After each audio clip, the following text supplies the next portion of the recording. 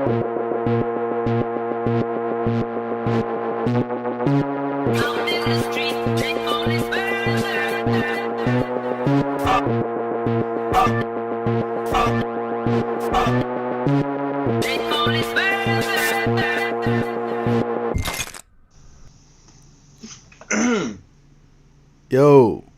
what's going on, everybody? Oh, you still got that green screen on, bro? Oh my! I'll be back one day. One day. I'm talking. Am I getting an echo from? It looks like the You ever see that show Defiance, or I think it's called Defiance?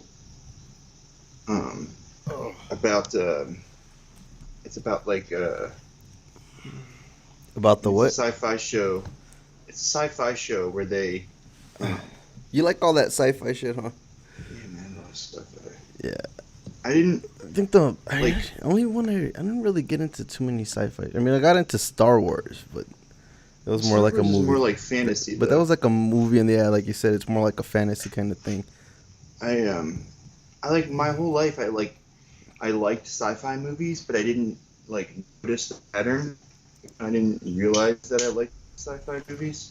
I just liked different movies, and then just like a few years ago when I was like in my 30s, I'm like, wait a minute, I'm a sci-fi fan because I didn't like Star Trek, or I didn't think I liked Star Trek. Yeah, and I thought Star Wars was okay, but like it wasn't. Yeah, that's exactly what it is. Star Wars is space opera. Yeah, exactly. Yeah. You see it. Yeah, I didn't realize that.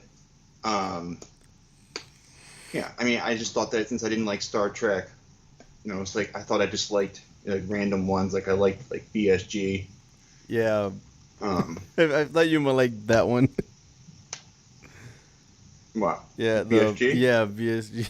Bellstar. Yep, of course. Mm-hmm. Yeah, I mean, like as far as I go with sci-fi, it's probably like things like Alien.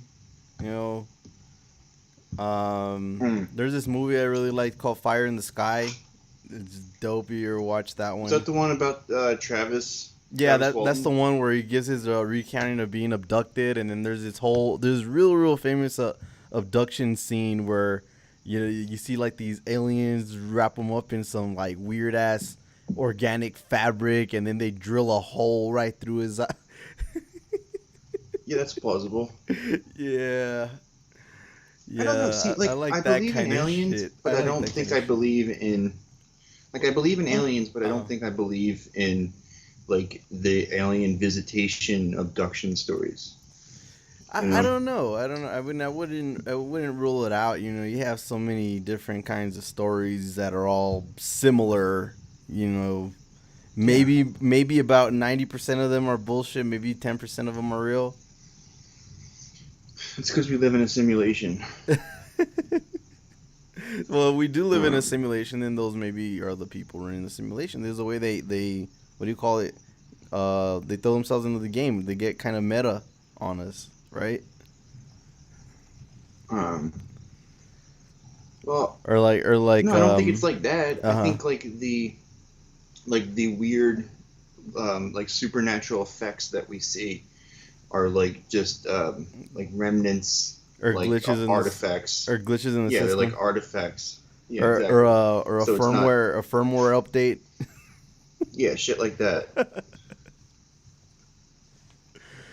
Man, there's a lot of shit I want to talk about all week. We didn't have time What? What do you want to talk about? Like, there's been a lot of shit. I mean, the AOC and Ilhan have been going off on a lot of shit this week. The whole Biden thing. There was a bunch of what do you call it, accidental left wing shit too. Yeah. That's not good. What's up? What's not good? The fact that they're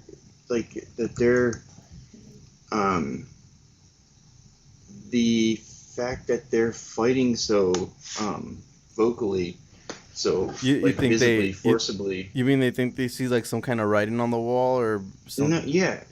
I or think if they or had, like disaster ahead? yeah, I think if they were getting more positive feedback from the transition team and Biden's people, They wouldn't have they would be been taking it easy. right. They Yeah, wouldn't be as vocal. That makes exactly. sense. So the fact that they're going so hard makes me think they are like They're pissed worried off about about what they're hearing. yeah. I mean, well, from what we're gathering, other than I mean, initially they released the chief of staff's name, and then they seemed like they were okay with that. But then afterwards, I guess more names have been coming out, and they're not seeming too happy about that. I mean, AOC started talking about Biden. She did that. She did that thing. She did that thing again that I tell you about, where What? she says, "Oh, I believe that Biden's administration is honorable and all this other kind of crap," but then at the same time says, "So I expect them to go ahead and stick to their climate policy." Yeah, that's what she said. That's what I said all along. That's what I've been saying about people were shitting on Bernie for saying, "Oh, the most progressive president since FDR." And Right. I was like, "No, that's actually a good thing that he keeps repeating that Yeah. because he's trying to act like that's the plan. Right. He's trying to act like the task force, everything they came up with at the task force is What the plan, like gonna that's plan the to stick agenda." to. Yeah, like I think he should act like the agreement that they made, that there's no reason in the world that Biden, Right. he's a man of his word. Why would he ever renege on the deal? Right. Let's Like, see. Let's see what we got over here, PJ.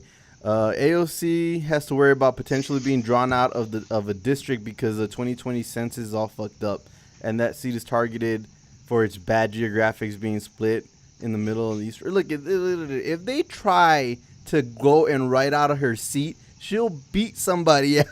yeah, she'll take, Take some somebody else's go seat. out if they try to draw her into any of those people. Remember, a lot of people forget this. When she first was elected, she actually got elected twice in a separate district. She won as a write-in, and she had to turn it down. Really? Yeah, and I people don't don't remember remember this, that. but yeah, that was a whole thing. They wrote her in. Wrote her in enough to Yeah, defeat the there was something. incumbent? Yeah, it was something like that. It was a situation like that where she was popular enough to at least to win in that other district. I think is what it ended up being. I'm gonna need to see your sources Yeah, here. wait. Let me see. This was from a while back. So I might have my AOC info a little bit fuzzy, but it was something close like that. victory. Wins another primary, huh? Yeah, she got written in enough to win, or at least close to winning. Some shit As a like that. write-in candidate in a district she wasn't running Yeah, in. she wasn't in a district, so she wasn't eligible. But she's only popular in her district, right? Yeah.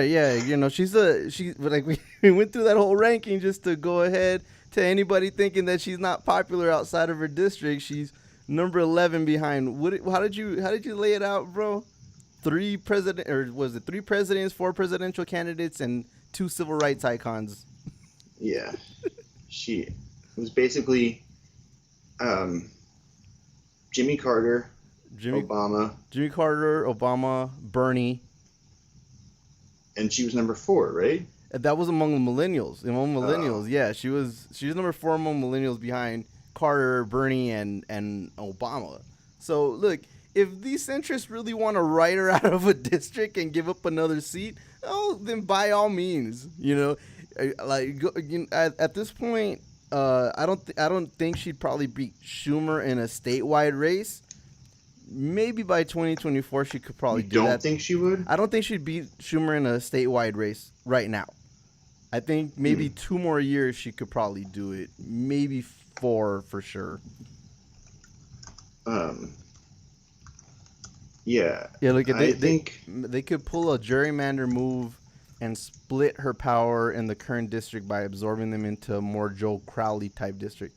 But this is, that was a Joe Crowley type district, and then what she did was she expanded what she beat Crowley at, and she just gained more popularity over the last year. So that's their own funeral if they want to go ahead and do that. But let me run that clip though from today for AOC over here. see if I can do this.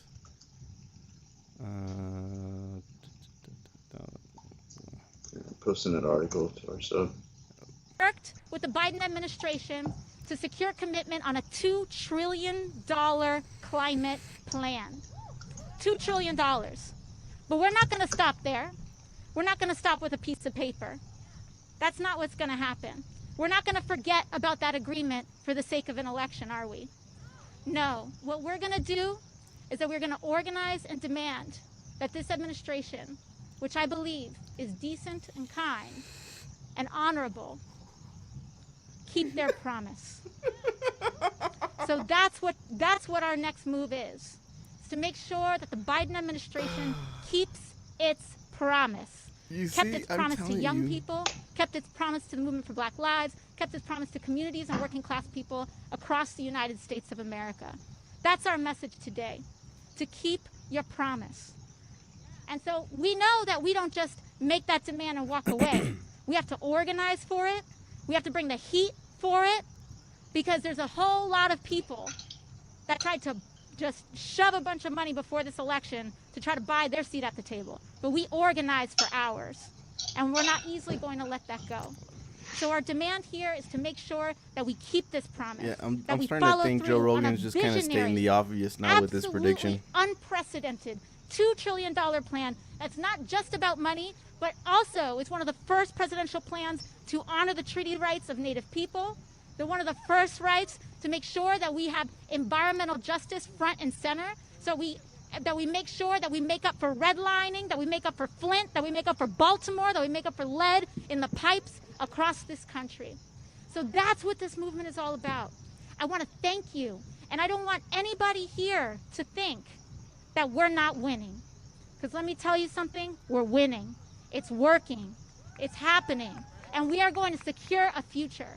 We're going to secure the basic tenets of a Green New Deal, a multi-trillion-dollar jobs program for climate, for environmental, racial, gender, and class justice. That's what the Green New Deal is, and we will stick to that plan. So thank you all so very much. Yeah, bro. What was this from? This was from what was it? An environmental. What was it called? Can I see from where it was from? Well, I mean, I just saw it was reposted from Now This, but yeah. But you see what she did, though, is she did. I mean, it's what I talked about. You know, she did that thing where she says she did like the mama bear thing where she says, "Oh yeah, Nancy Pelosi's mama bear," then goes ahead and endorses against the incumbent that Pelosi Pelosi endorsed. You know what I mean? Like it's a real effective tactic to go ahead and say, yeah, Biden, your administration is good and honorable. So then that means that you should stick to these climate policies that you proposed, and you got the sunrise movement behind you by making these promises. So that means you should stick to this stuff.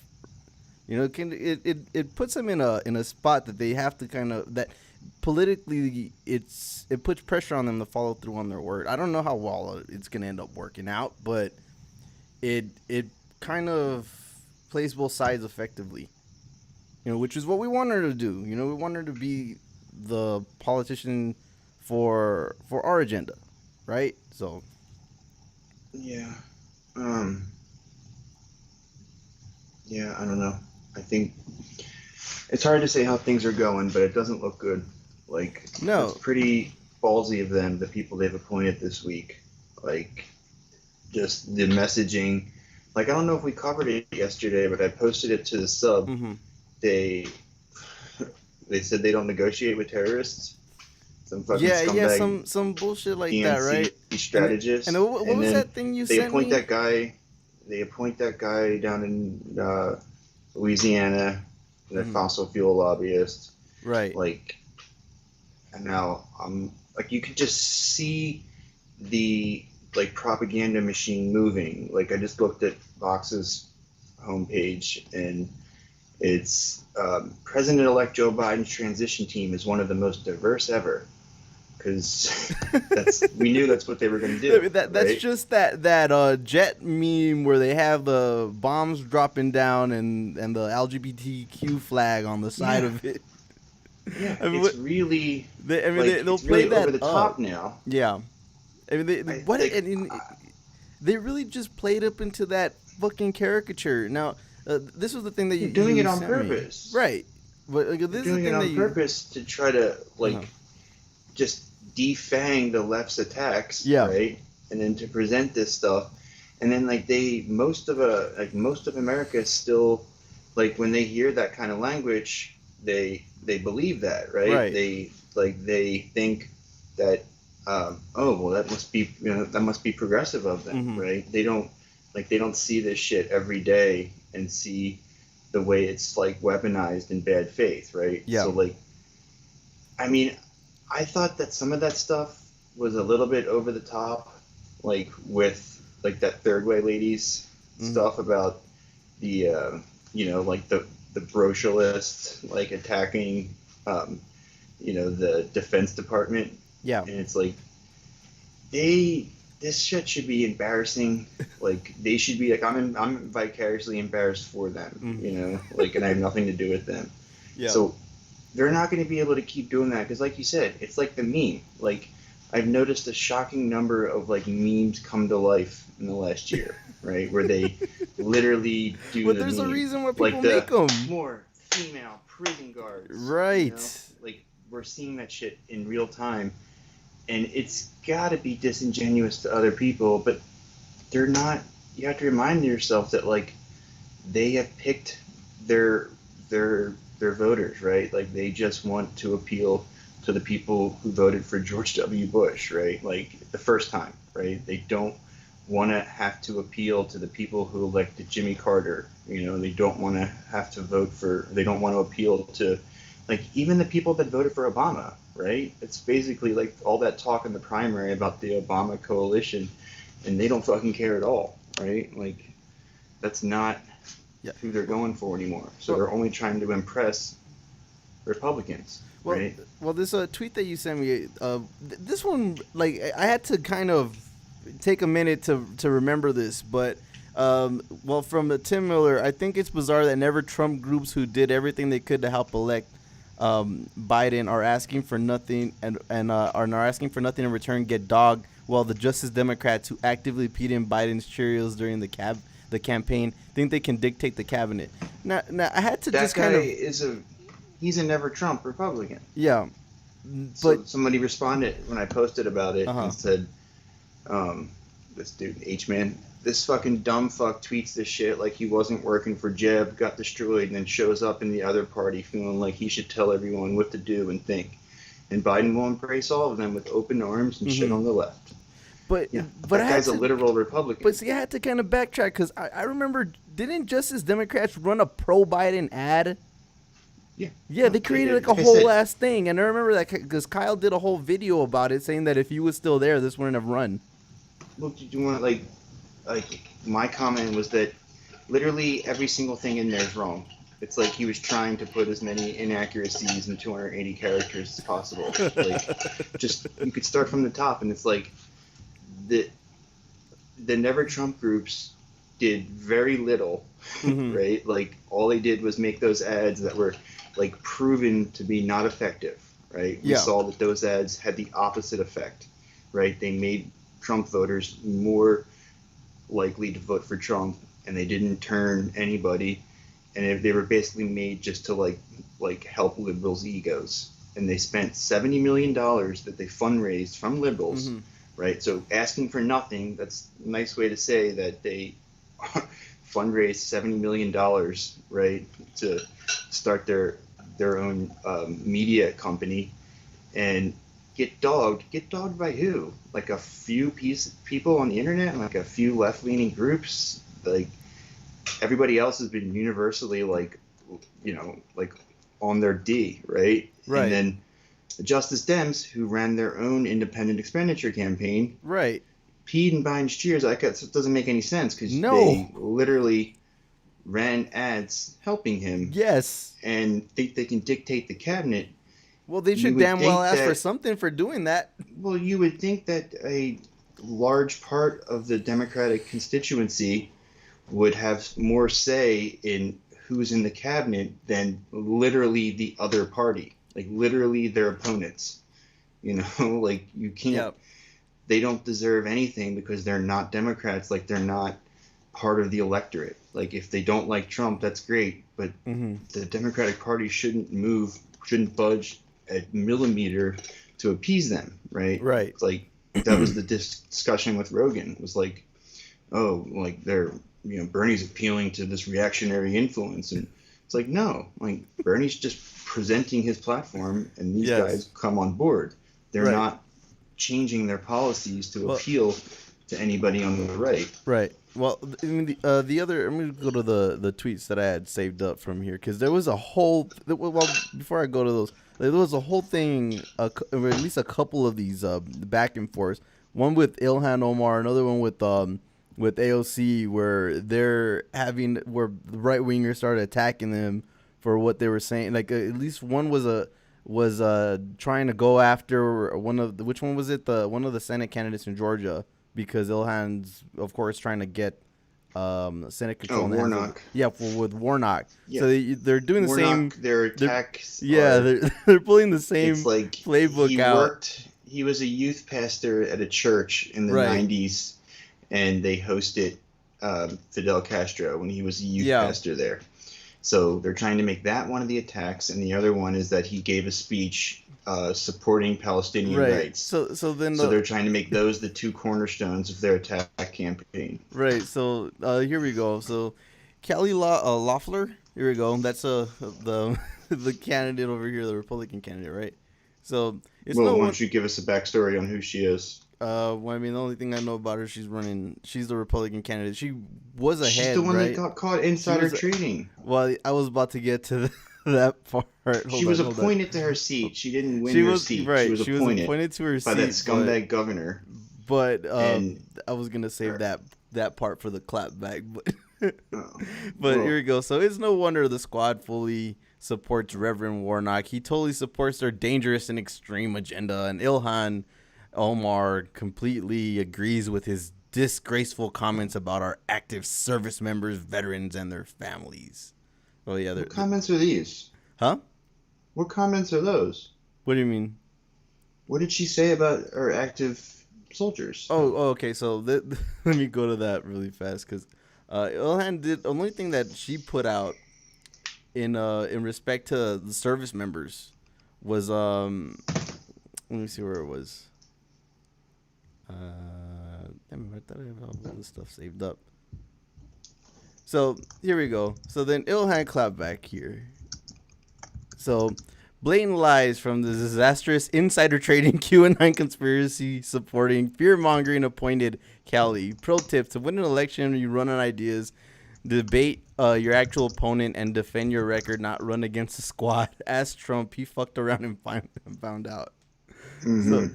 So before this, Ilhan had actually said something else about Reverend Warnock, and that was that you can't serve both God. You can't support multiple gods or something like that. Which who said that? Yeah, Ilhan had said something like that. I'm trying to find it now that I forgot it to bookmark these things. Where is it?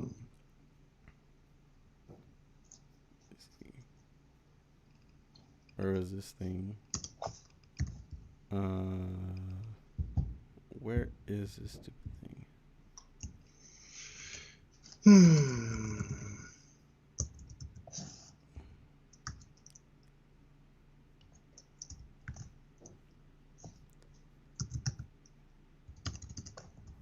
No, I can't find this stupid thing.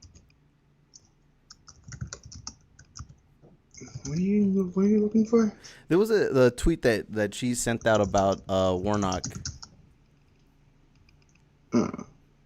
Ilhan did? Yeah, she did. Why don't you just search Ilhan Warnock? Didn't I thought I had this one bookmarked on me.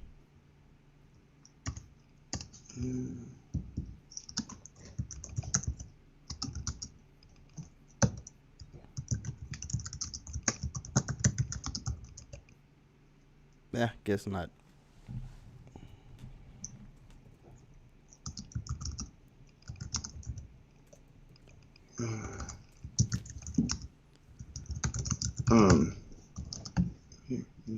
So I can find Yeah, it. see. I was just replying. Oh, there we go. This is the one. So this is what she put out beforehand. That was a reply to Marco Rubio. So Matthew 6:24. No one can serve two masters, for either he will hate the one and love the other, or he will be devoted to one and despise the other. You cannot serve God and the money. The lies and smears of the GOP have no boundaries, but this is a disgrace and shameful. So then they took that. What? Oh, man, what did it say? What did he say? You cannot serve him at the same time. It was a What the radicals who control the Democratic Party's activists, small dollar donor base believe. What's he saying? Let's listen to Warnock there. Okay, let's go to. Is that that might be the Palestinian one? Yeah, see that. That was a one from Marco Rubio. Not shocked. Georgia Senate Democrat. Yeah. Okay. No, I want to hear what Warnock is saying. Let me pull this up. America, nobody can serve God and the military. You can't serve God and money. You cannot serve God and mammon at the same time. America, choose ye this day whom you will serve. It's so funny. They can't, this is all they can find. Choose ye this day. Yeah. They can't find anything. They have to go with, oh, he said this thing that is confusing to some people. It's like they can't even find him. He can't say, there's not even him being anti-war or him being pro-choice or something. It's all just this. They're trying to misconstrue biblical slogans he said. Right. So that's why Ilhan went ahead and replied with that quote from Matthew 6:24. Did Rubio reply? Because I don't know how he could reply. Yeah. No. That's when we started seeing this shit from Kelly Loeffler. Because that's what they have to do. So they should stop tangoing with the squad every single time. Yeah. Body. Well, look at this shit though. So Ilhan, we saw a video of you smiling and laughing while talking about Al Qaeda and 9/11. We know that you funneled millions of dollars to your new husband's consulting firm, and we know you're unabashed anti-Semite. You should be expelled from Congress. To which Ilhan said, "Sorry, Kelly. If you need help writing a real clapback, I am here to help. This ain't it. Try harder." Yeah. But that shit went on a little bit. Actually, went on for another one. To which Marjorie Taylor Greene just decided to chime in against Ilhan. Back down, Ilhan. You married your brother. You're disqualified from running your mouth. And Ilhan went ahead and had some heat for her too. Looks like the crazy lady has logged in. I know things might be different where you come from, but you have to get off the loony train now that you are in Congress. Yes. Yeah. As usual, right? It's going to be the normie Dems are going to play that civility bullshit. Right. And they'll just let themselves get shit talked by these QAnon motherfuckers. Well, yeah, exactly. They're going to continue to get shredded by them. And then nobody is going to call out the fact that that lady is a legit QAnon person. All of her stuff, it's all, if you ever listen to, QAA, any of the, the podcast about QAnon, they. Yeah, well, the problem with that clip, no, there wasn't a problem with the clip. They're trying to turn that whole thing about God and the military into some kind of a religious scandal or some shit, but it's pretty. It's pretty laughable when they have to reach that far to find something. Yeah. That's what I'm saying. They don't have anything. He's so and there's good and bad with that, right? Because he doesn't have anything, so he's not appealing to anybody, right? There's not something that's going to get people who want to vote for that, right? But at the same time, that means that there's nothing they can take out of context. There's not, there is, right? You saw them try to do it, but they just look pathetic. he's got to, so he can appeal to people who just, Yep. you know, who want a Republican basically who's not all, you know, without all the craziness, right? Like the opposite of Marjorie Taylor Greene. They want Republicans who are just going to do the terrible shit, like, you know, continue the imperialist project, you know, continue the class war, and then just not talk about it, you know, go back to dog whistling it. Do these women know they will potentially have to be in the same room with Ilhan? Like, how do you think this shit is going to play out once the House rules and so forth are in play? I mean, I don't think they're considering that. They're just trying to run their mouths and thinking that they're going to be able to just get away with this kind of stuff. Look at this, like, the next one by Ilhan. Callie, I just won my re-election. You're about to lose your job. Maybe, just maybe, you shouldn't have profited from the pandemic while your constituents needed you to inform and fight for them. Sorry, none of this noise will drown out the sound of defeat. Yeah. Yeah. Why do they There's no way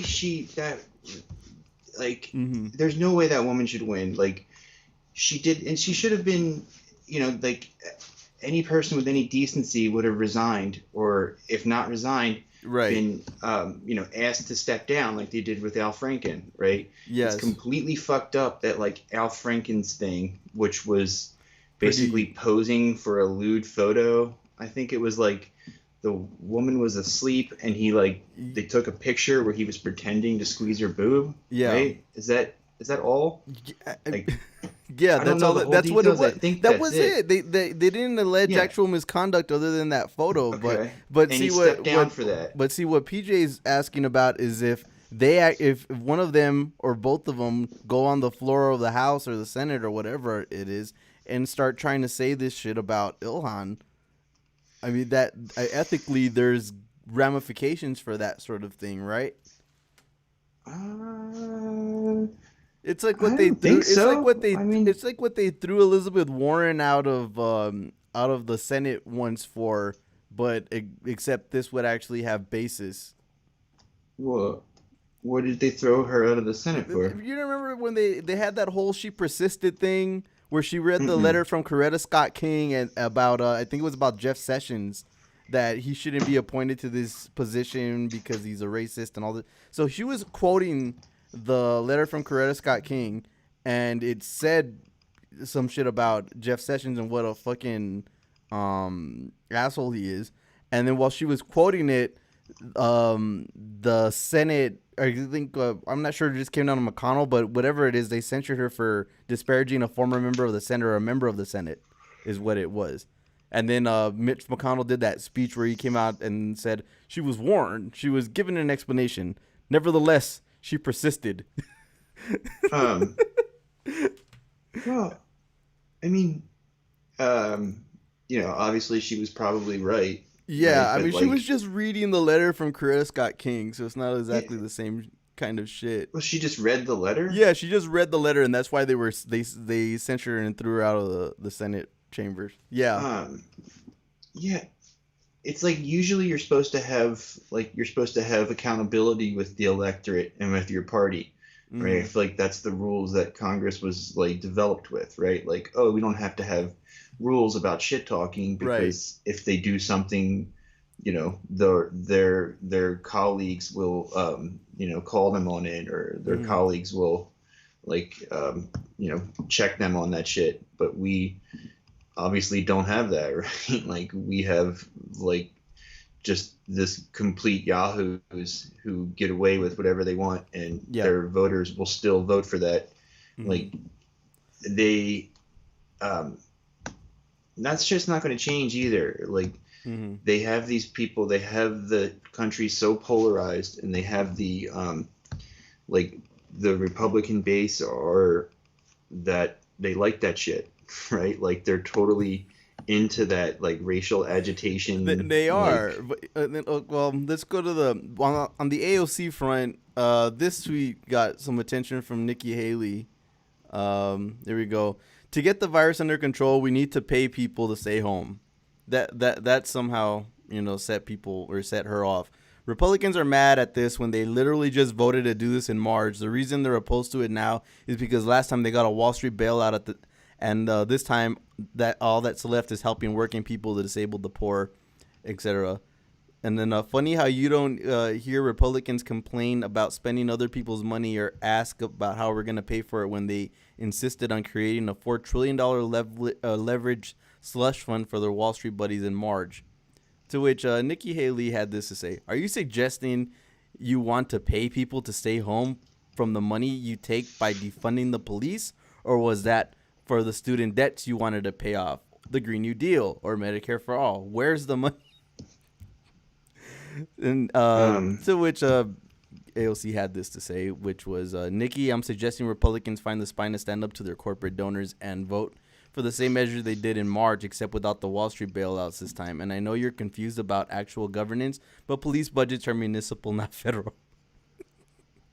Utterly embarrassing that this woman was a governor and still doesn't have the grasp on public investment. Wonder if she says federal financing works like a piggy bank or a household too. All this false seriousness from folks who worship Trump for running the country like his casino. Like, bro, why do they even try? Because they have to, right? Like, they don't have. It's embarrassing. And like that works with their base. Like they have their base, and they're trying to remind their base to come out and vote. They're not trying to convince new people, right? Like that's not their job. Like that's Trump's job, basically, right? Like the charismatic people like that, which is basically just Trump these days. Like they are the ones who bring in the new members, like the new voters, and it's the the other people just rely on pure partisanship. They just rely on like antagonism towards the Democrats. Like that was literally Trump's strategy, was like, we hate the same people, right? Like that's what a lot of them run on. Right. So it's like and a lot of it, they basically don't have to. They don't have to, like, it doesn't matter if they get owned by the squad, right? Yeah. Like their base doesn't care. It's like they think, and I don't know, I mean, to a certain extent though, it's very hard to say, like, let's look at some of the replies there, because I'll bet you their voters are like probably big up in them, like they they dunked on the squad. Well, so we got a question from the chat here. What's your guys' opinion on armed police Batrider? I don't know. Do you know anything about that, bro? Armed police Batrider. I don't know what that is. Can't say I know what that is, bro. Hold on, let me look it up. All right. I mean, if it has anything to do with like taking away the cops' weapons, then I support it. It's a video game. Neither of us are really too big at gamers. I used to be, but I can't say I am anymore. Like, I'm getting a Switch for my kid. Are you finally getting Christmas. A Switch? Yeah, if there's any in stock. They've been out of stock all year. Yeah, remember I was trying to get you some play with the gamers are the new Vanguard. Yeah, I've noticed that. They really are. Like, they kind of, like, I feel like, like Gamergate, like, it presaged a lot of the stuff we saw with Trump, right? The whole, like, and that's the people who were, like, on the gamer side, like, voted for Trump, like, even though, like, that's really not what they should be doing. Like, the NEETs, what's no education, what's that stand for? Which stands for NEETs, right? It stands for no education something, or employment, basically like downwardly mobile. Okay. Like gamers that live in their parents' basement and shit. Like that polarized the country along that like super. If you get gamers to join the left and win the meme war, you secure power. Well, I don't know about that, but memes do help. There you go. PJ knows what we're talking about. Not in education, employment, or training. Oh. Not in education, employment, or training. There you go. That's what it is. Here, but let's see. I have a clip from Fox where they were crying over AOC's call for debt cancellation and the Medicare for All stuff and all the stuff that she's been railing about too. They kind of go accidentally left wing, so I thought this was funny. Let me see. I'll go to this one. This is going to be so insufferable listening to them. No, it's funny. Let them cry. It's led by AOC's former chief of staff. There you go. And they have sent this memo to the transition team, Joe Biden's transition team, urging him to move forward with their economic agenda, with or without Congress. And they say if President Biden is able to rise to this moment, he can create millions of good, high-wage jobs in every community across the country, bringing this country out of the current economic depression to be better and stronger than ever before. And he doesn't need the Senate to do it. Brian? Well, a couple of things. They almost lost the House because of people like AOC's former chief of staff. Oh, really? Who is a wizard on social media. They are a small enclave of society. They don't have any practical experience. They have ideas. They don't have programs. And they don't understand how this works. There are different branches of government. There are things executive orders can do. And revamping the economy, destroying the automobile business, the oil and gas business, is not something you can do with the stroke of a pen. Nor should you, or else you look really like a liar. Because a month ago you're on the stump saying you don't want to stop fracking, and you didn't sign up for the new Green Deal, Joe Biden. You know, what's interesting is this group, which also helped AOC craft the Green New Deal, they're appealing to Joe Biden directly. So they sent him the 7-page manifesto. And keep in mind, remember it was a couple of months ago, Joe said if elected, he would be the most progressive president in history. Well, they are suggesting Joe Biden could actually become the FDR of the 21st century. Okay, that sounds good too. So what they're saying is open up the Fed, let's get all this money for manufacturing, and we'll turn factories into mask factories. Literally the golden age of America. That only make electric cars. Look at this. And we're going to build charging stations everywhere so everybody can drive one of those things. And we're going to upgrade homes to be more energy efficient. And the list goes on and. Okay, yeah, I like that. Based as fuck, man. What are you talking about? Like what are you talking about? Like all that sounds great. I'm so fucking sick of this. Like, I love when they give the left free propaganda. Well, like, I'm just so sick of the eco-fascism, right, from the Republican Party these days. It's like they're allowed to just go out and say, like, climate denial, right? It's basically what that amounts to. Like, there you go. Like see, that Fox shit Fox accidental social death. Yeah, like that shit with Mitt Romney last week, where he's like, "We got to make sure we don't do a Green New Deal. We got to make sure we don't do any of these policies." And it's like, that are all. The country is in a severe depression. Like a third of the country is out of work, basically, right? Right.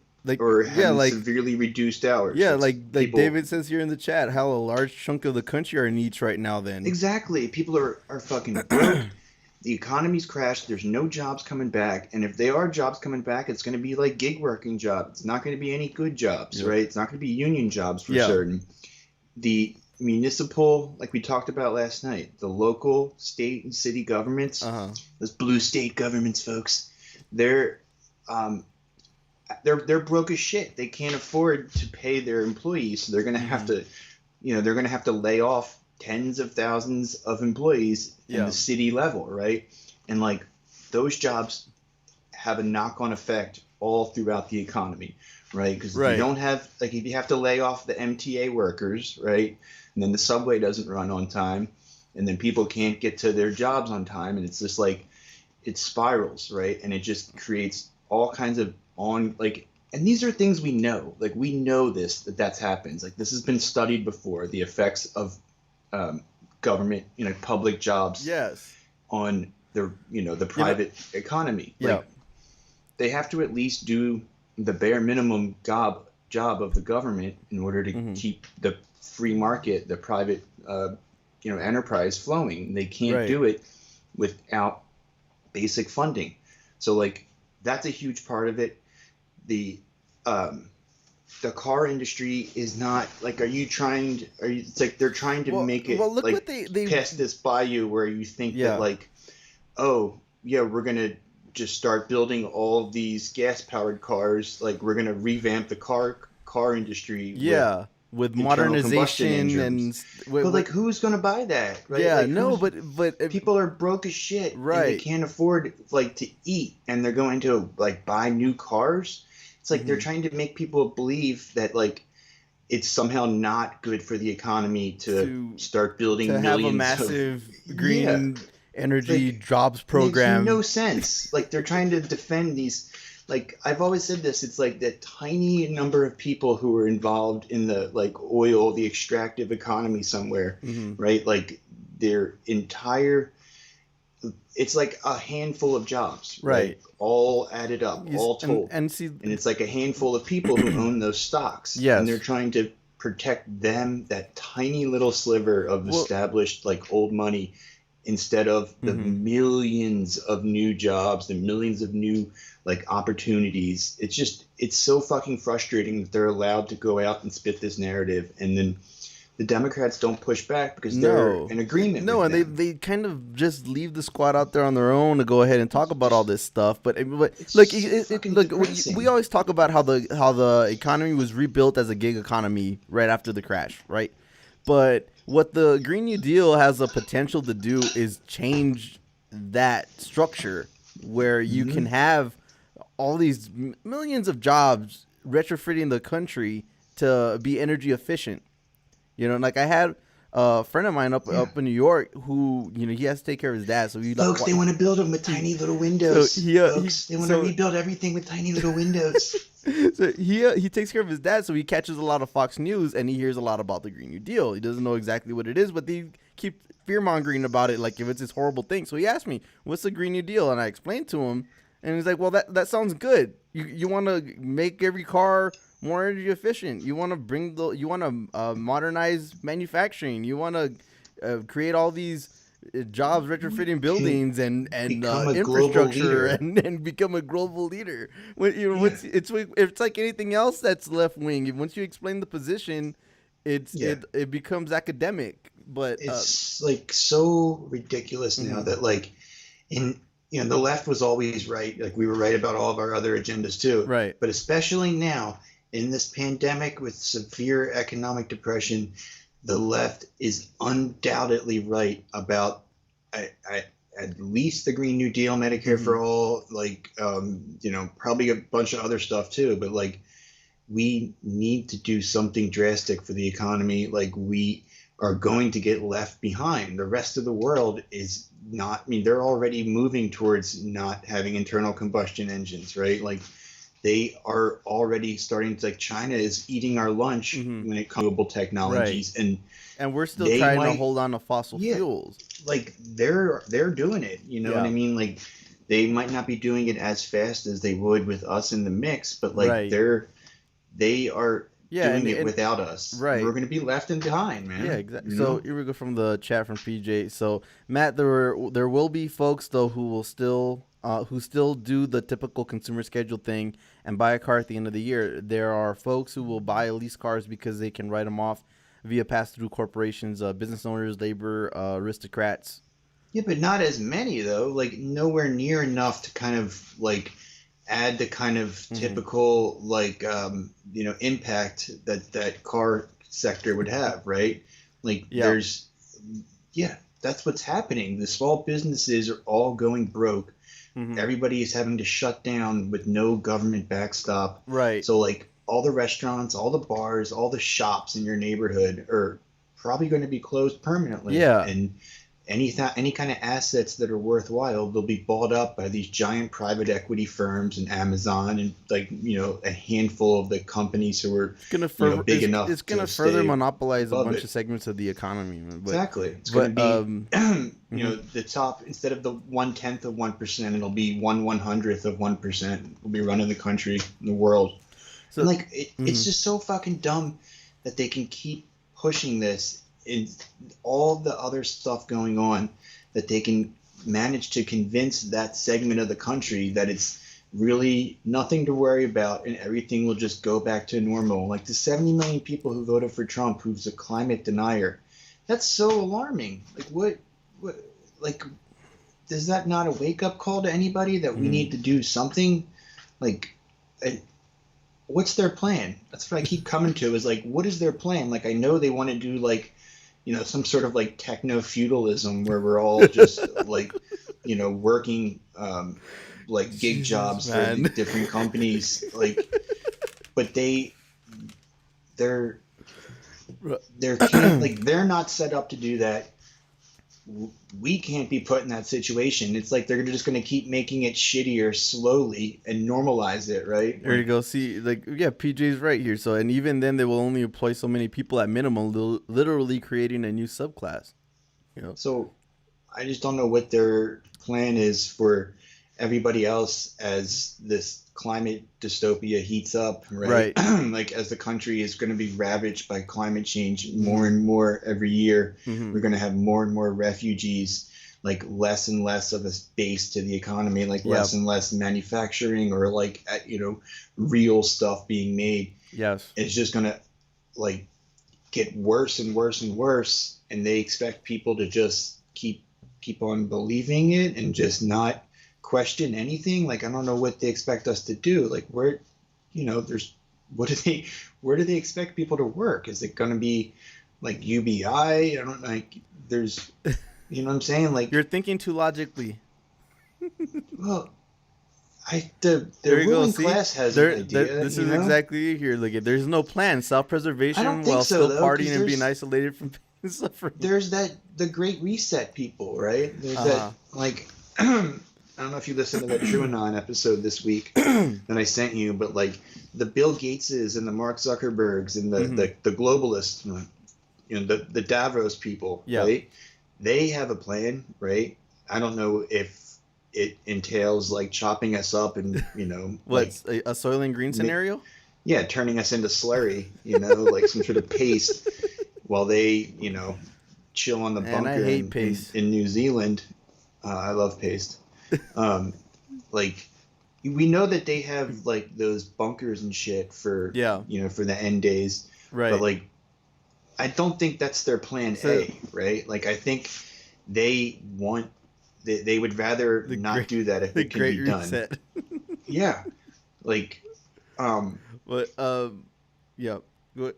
Well, like, I mean, from what I can tell about it, it's like, they want to like basically officially abandon in the middle of the country. They want to just have giant like metro areas that are just 1,000 miles wide, or like in Demolition Man where they have San Angeles. I know what you're talking about. And they want to just have that, and then just completely abandon like the interior, the hinterlands. And just have the cities. Like I said it's before, funny that you mentioned that. I was just seeing that. And the people who serve the creative economy. But that's funny that you mentioned that movie, because I was seeing it, and the dude, you remember like the weird dude in the white that was trying to control everybody? Mm-hmm. How they had like verbal morality statutes and all that kind of I mean, I was trying to classify him politically the way, I mean, authoritarian, like hyper wokeness that was in that movie. Yeah. I mean, it's really not too far off in a lot of aspects, right? I think it's probably more like that Watchmen, like the TV version of Watchmen that was on HBO last year. Yeah, like it's like the Watchmen was kind of like, it was sort of like the neoliberal utopia where it's just like, like the white supremacists are kind of like second-tiered citizens, and they're kind of like living in these trailer parks, and they kind of like treat them like, you know, like wildlife kind of like, and like everything District is 9 super kind of woke. shit, except they're all racist. Yeah, kind of, but and it's, you know, there's no nothing is done with like class, like it's still like, you know, a handful of billionaires, and everybody else is just even poorer. But like, you know, at least like everything's woke, and you know, they have like gun control. And it's let's see. Let me go to Cori Bush, because she got our what do you call it, the cool kids philosopher to go accidental left wing too. So it's simple, really. We want to cancel student debt and medical debt because we believe education and healthcare are human rights. Well, seems reasonable enough, but yeah, there we go. Cool kids philosopher weighed in. Housing is a human right, so I'd assume. So cancel all mortgage debt. Hell, why not cancel all credit card debt, since people tend to use credit cards for a lot of vital expense? In fact, why not relieve all debt? No downside. He's trying to strawman her. Like, he's trying to be like, what's it called? Like reduction to the infinity or whatever. Yeah, like where you say, she's doing that, oh, well, why don't we just, you know, that'll be like men will start marrying a horse, you know, like, you know, they kind of take it to the absurd conclusion. Right. That's the same thing. Yeah. But like, he doesn't realize that there's sound, like, you know, technical, like economic arguments for doing those things. Right? It's like the same thing that Ted Cruz went out and said today, where Ed Markey had said something about $2,000 during the duration of the pandemic, and then Ted Cruz like, why being so cheap? Why not $1 million? Like, meanwhile, his fucking state is run rampant with COVID, and the governor just said we're still not going to order a lockdown. Yeah, I just don't get I don't get it. Like, I don't get like the appeal of that in this situation. Like reducto ad absurdum. Yeah. Like, I get in normal times, right? Like, I totally understand what the appeal for the right wingers is, right? Like, I totally get it. It's like, yeah, own the libs, like, you know, fuck your feelings, right? Like, I get that, right? I just don't get it in this context where the fucking people are dying left and right, and we're going to have to go back into lockdown. We've just completely fucked it up. Everything is not going according to plan, or, you know, not going well, objectively speaking. And now they have their fucking elected representatives saying shit like that, like, oh, it's funny that you would want some kind of payment for us to stay home. Like, that's ridiculous. Like, that's so, like, who, like, it may, like, if what's necessary right now is a lockdown, and the government is going to ask you to go ahead and lock down because that's what's responsible to do, then there should be some kind of social contract in the middle of that if you're obligated to stay home, then the government takes care of you in order to facilitate that, you know. So because otherwise you're left. What are you left? You're left what? Destitute, no way to feed your fucking family. I think because the people, like I said, they're only trying to appeal to boomers, right? They're trying to appeal to different types of boomers, right? They don't care. Like, if you are under 50 and you vote for them, then good for them. But like, that's not part of their path to victory, right? Like, they only want to appeal to people who like they got theirs, right? People who like have or had decent jobs, who are retired or, you know, nearing there, and people who work in the dwindling number of like white collar, you know, like accountants and, you know, to a lesser extent, like teachers, but like, you know, lawyers, doctors, the petite bourgeoisie, right? Like, that's the only people that they're trying to appeal to. Like, the Democrats might throw a bone to like some, like, you know, working class people, but it's really more sort of, you know, they do like their fear mongering about how racist the Republicans are, and that's like what passes for them, you know, trying to appeal to working class voters, right? So like, they're not actually trying to like they're not trying to build a coalition with anybody who's suffering at the hands of the economy. They're trying to build a coalition with people who are taken care of already, people who are, you know, almost old enough to get on Medicare now, or people who have, you know, kind of grandfathered into a decent standard of living. And like, what, that's what I'm saying. Like, I understand what their plan is for them, but like, there's, you know, it's like 200 million people who are just not even in their, you know, like their business plan, right? Like their strategy. And, you know, there's more of us than there are of them, but they're trying to get everybody so polarized that there couldn't possibly be any kind of, you know, like, like working class coalition from the left and right, right? I'm trying to have people hate each other, you know, like them think that like we're bloodthirsty commies who are trying to abort all their babies and like drink their adrenochrome, and have us thinking that they're fascist, like, you know, like trying to do like an ethno state or something, right? Right. So, I mean, I don't know how durable that is, though, right? Like, I think if they're, you know, like we said over and over again, somebody like Bernie could really fuck that up. Like, he would have fucked up so many plans just all over the place. So many, like, the status quo would have been so disrupted, and like all their decades of fear mongering and like propaganda and paranoia and all that would just be completely destroyed if he had been able to do that. And like, somebody's gonna have to do that, you know, like, I don't know who it's gonna be, but that's our only chance, right? Like, and you know, as it gets more and more obvious that we're being left behind, right? Like, I mean, maybe people will wake the fuck up. See, again, they have no plan. They don't care, and you have divide any real resistance, create a shit ton of inner fighting, a la Kissinger's Middle East shit. Empire has come home, boys. Well, yeah, the government doesn't have a plan, right? But like the 1% does. Like the business leaders, they know, like when they're giving money to, you know, candidates or, you know, interest groups or whatever, they have an outcome that they're trying to achieve. You know, like, I don't know what it is, but like they're trying to, like, when you give money to the Koch brothers to deny climate change, or you know, to the fossil fuel lobby or someone like that, right? You are, when you're paying, when you're giving millions of dollars to like pro fracking lobbyists, like you have reckoned with the, you know, the on, like what everybody says is coming from climate change. Like, you have thought about it in your head and shrugged your shoulders and been like, I don't care.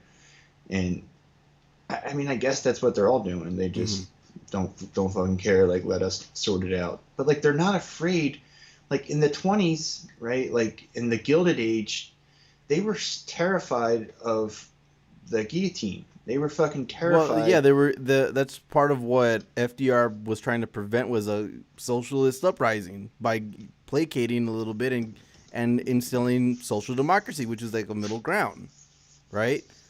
But I mean, to this point, I mean, they're really trying to hold on to that rope as long as they can. Like, I just don't see why they're not. Yeah. You know. So I think it's just that they're so. I mean, the ones who are.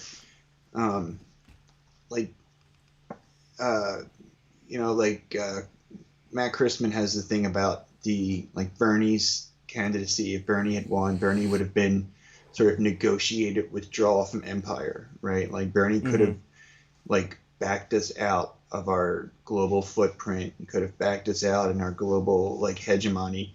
He could have done it in a way that it was minimal disruption and sort of like eased us into, like, you know, the end of empire. Yep.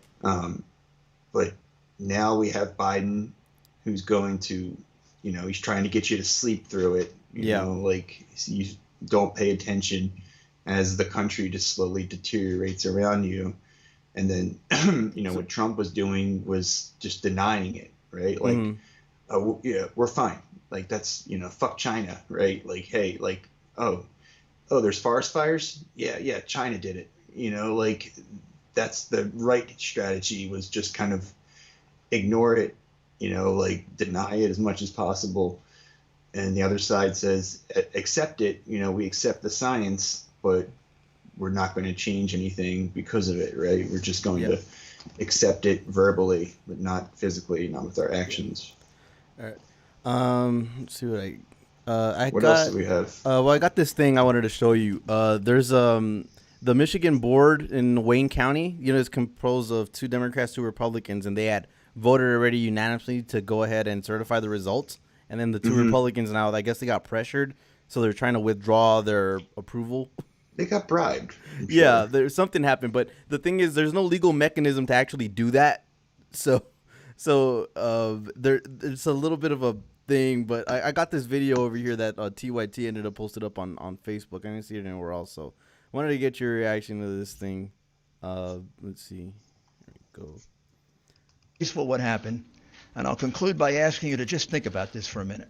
What happened on the morning of November 3rd when they were going to count this new kind of ballot, this mail-in ballot?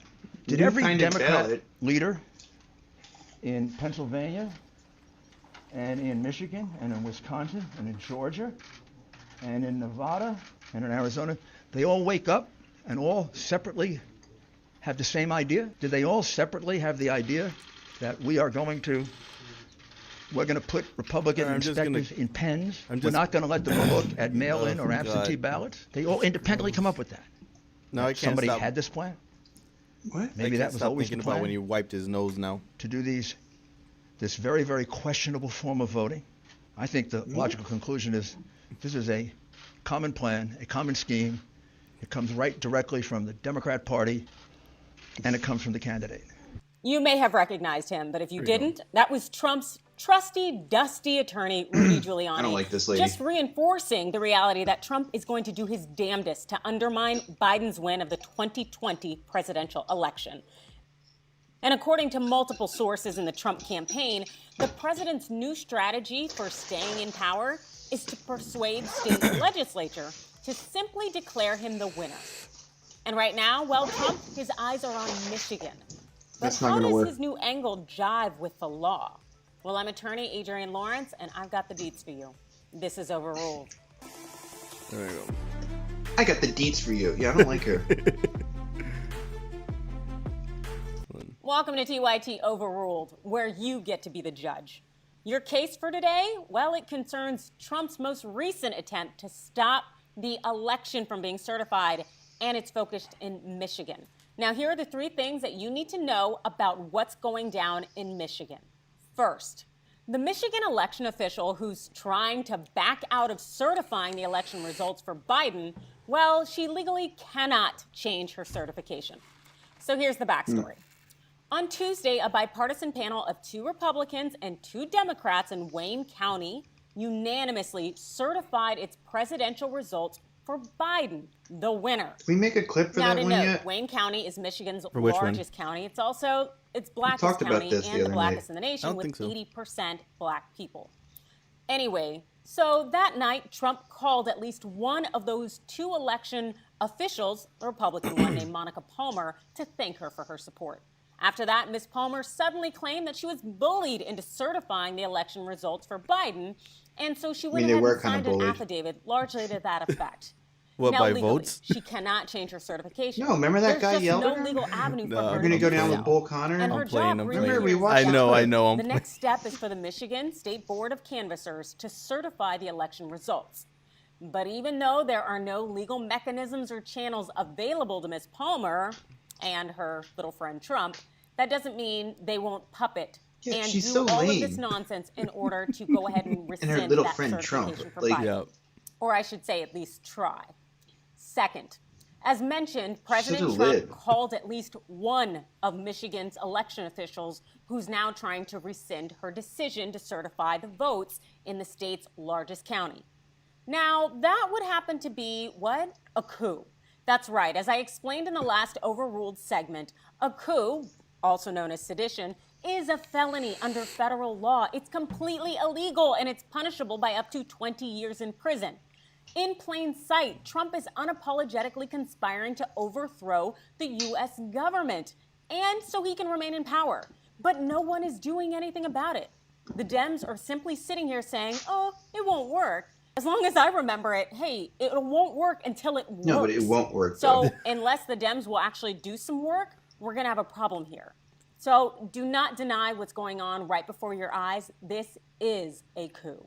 And third, even if Trump's coup to take Michigan and Pennsylvania is successful, he'd still be a loser. Currently, Biden has 306 electoral votes, while Trump has 232. If the combined 36 electoral votes in Michigan and Pennsylvania were to somehow make their way to Trump, Biden would still have 270 electoral votes, the amount needed for him to be president, while Trump would have just a mere 268 votes. That's too shy of what's needed to be president. All right, that's enough of that. Yeah, so what she's talking about there. Is she going to talk about the electors thing? No. The video is about to end. So I just clipped out the last 10 seconds of it. So the only thing with the last part was just that even if he manages to get the state legislature to override the votes in those two states, it's still short. So maybe he still has 270 to Trump's 268. So regardless, it's a win, right? But I mean, what she's talking about there to try and for Trump to even get to that point, you already said that it's not going to work. No. I mean, so what is all this stuff that they're trying? I mean, is it like with this whole thing of trying to get the Board of Elections to go ahead and reverse their certification and all that kind of stuff? Then I mean, the governor appoints the electors, right? Mm-hmm. So I think it would only work, or maybe it's the state legislature appoints them and the governor confirms it, or one of those two. Mm-hmm. But they have, so it would only be the states that are contested. It would have to be one that has Republican legislature and governor, right? And I think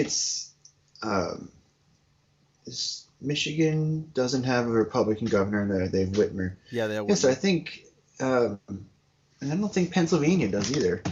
Yeah, no, well, so that's what I mean. I heard an interview with Lawrence Lessig last week, and that's his specialty. And he said he's also the type of guy who would panic about it and say there's going to be a coup and all that. So here's that Vice thing right here. It's almost impossible for Trump to stage a coup.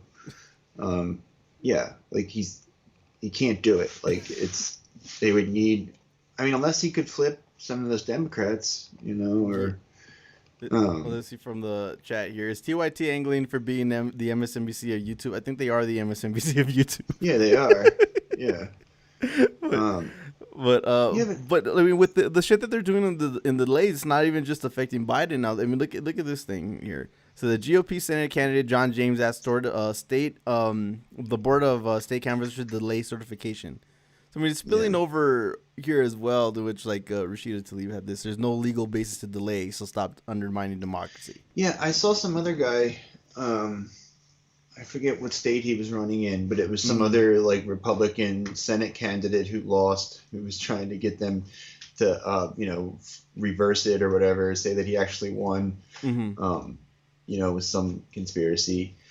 There's not, I said, and I've said a couple of times, there's no consequences. There's no consequences for them to do this. They can be as crazy as they want, and their base continues to reward them. Yeah. Right? They can, they're, one lady's the QAnon lady, the other Loeffler did that Genghis Khan commercial, right. And I don't know what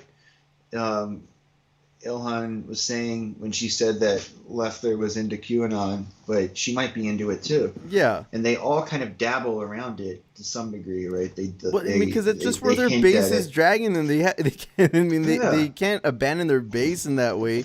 And look what's already going on with the whole OAN versus Fox News split that they're doing. But I did find that kind of laughable because if you look at this one now that Ilhan posted, the party who spends all day justifying a coup attempt under the guise of election security has blocked our bills to secure elections for the past 2 years Too busy ramming through Trump judges and covering for his crimes to help the American people. Yeah, no, they've been trying to get those through for a while. I don't know. I think there was stuff in like, a lot of their bills. They included election stuff in like several of the bills that the House passed, like just to get the topic. Like, I think that they do want to have the secure elections, at least in the general. They want to be able to fuck us in the primary, but like they don't trust the GOP, and they're right to not trust them. Right. Like we saw that shit last week about the third party candidates who were fake candidates, like just to drag votes away from the Democrat. Yeah. And like increasingly like that kind of stuff is going to come into play. Like I thought that like the more online, like the more information people had, like the more educated they'd become, the harder it would be to them to pull the wool over everyone's eyes. But that's, obviously you saw what happened. They just sink into these fucking conspiracy world, right? Like that's what the Q people do is like they read this shit over and over again, and like they call it what do they call it? Like baking the clues or something. There's a name for it where they all those terms, bro. I don't know. Well, they have like they run it through like ciphers and shit. Okay. They like try to like decode everything, and they take like the first letter of each sentence and like, what I mean? Like down the thing, like spy shit. Like a cipher. It's a game for them. It's like a LARP for them, right? Like they get to play like detectives. Really? So I'm just getting like a picture of that movie Beautiful Mind where the dude has like pictures. Yeah, it's literally like that. Or it's like Charlie, like that meme that Always Sunny in Philadelphia. Yeah, you know what you're talking about. They do like and then they make it say whatever they want it to say. But like it's all just like softcore like murder fantasies, right? Like the story goes that like eventually there's going to be some sort of like day of the rope, where they like get all the liberals and like hang them and execute them and put them in jail. And they're worried about us like, throwing them in gulags. Well, it's like exactly. They've come up with this storyline where like it's justified. Any kind of like that's I think that ties into like Taibbi's thing about Hate Inc. Right? Like after the war on terror, like after there was no one else who was good enough to match us, to get us scared of. There was no Soviet Union. Right. They had to make us each other's enemy. So like the right thinks that everyone's a communist who wants to eat their babies and do whatever child sex trafficking. So they feel justified in murdering them. Right. And all the shit libs are upset. They all think everybody's like a Proud Boy skinhead, and like they're like all trying to do fascist coups. And like not for nothing, like they're really like leaning into it though. This whole election aftermath thing, like they really like if they were trying to like tamp that down at all, they would totally not be doing that. It seems like it was a very easy way for them to turn the temperature down if they wanted to. So like they want them to think that we're ravenous, bloodthirsty communists who are coming to turn all their kids gay and they're burn down their churches. With fluoride in the water supply. Yeah. Or does that only work on frogs? I mean, but let me just they're totally fine. They're totally fine, right? Like any kind of violence or whatever, and then that's what the base is demanding from them. Yeah, right? And that's why you get these more crazy ass candidites in office now. Totally like and they have to. Taylor Greene did a commercial where she was shooting at the squad. Like I mean, where the hell's and like what PJ was mentioning, like how's that gonna run in the next Congress? But just to go back on the election stuff really fast, I mean, for the numbers the way they shook out, the only one that really qualified for a recount was Georgia, and they finished the statewide audit already, and I mean they.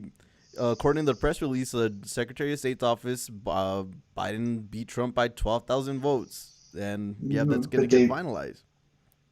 Yeah, but they found 1,500 new Trump votes, so that just gives them something else to crow about. Right. Like, see, we told you they were cheating. Look at all these extra votes we Yeah, found. it was a little bit less, but I mean, it's never enough. When you're up by a few thousand votes, it's never enough to go ahead and flip anything by that point. I mean, like I said, I think they think that there's like hidden ballots and stuff like all over the place, and like, you know, like people said all in the lead up, like they were making it complex and they were making it like this on purpose. The GOP was. Right.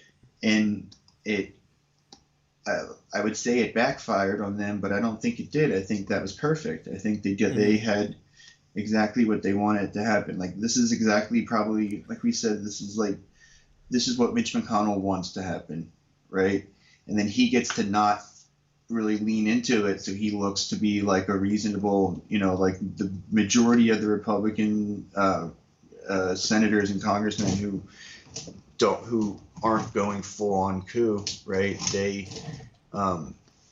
get to pretend to be reasonable and appeal to the shit libs, like, as, you know, reasonable Republicans, right? Yeah. Like, not the kind of people who would, you know, like. But you know, he's starting to lose enslave those. your But I mean, like kids. with this election shit, he's starting to lose some of those Republicans. I mean, look, the first one I thought was gonna break with me here was already Romney, where he's talking about the president has now resorted to overt pressure on state and local officials to subvert the will of the people and overturn the election. It is difficult to imagine a worse, more undemocratic action by a sitting American president.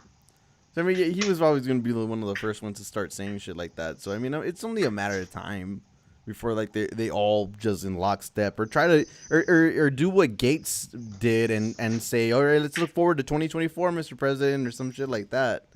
Did he say that though? What, Romney? No, Gates. Did he say? No, remember he endorsed him for 2024 already. Yeah, I know. I thought he said, like, if this doesn't work out.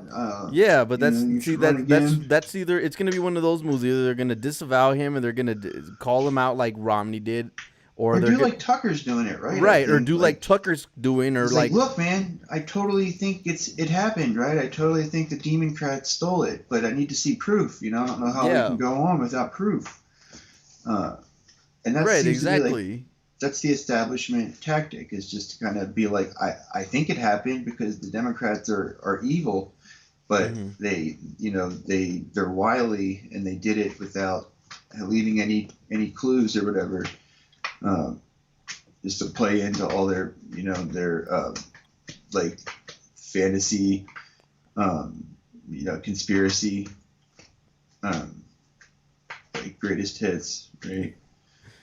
It's like basically what it is like international cabal of like rich, shady, like, you know, Jews basically are stealing all the election machines and using their communist friends to, like, that's like the classic, right? Like the powerful cabal of like globalists are using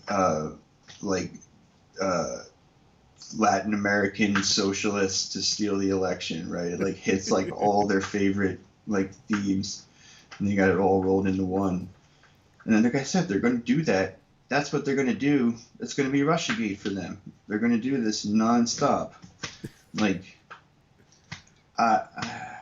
it's just going to suck, man. It's just going to have zero legitimacy, like zero mandate to do anything, right? It's going to be like everything they try to do, it's just going to be, you like can't, you know, you can't sign an executive order for this, that's treason, and you deserve to be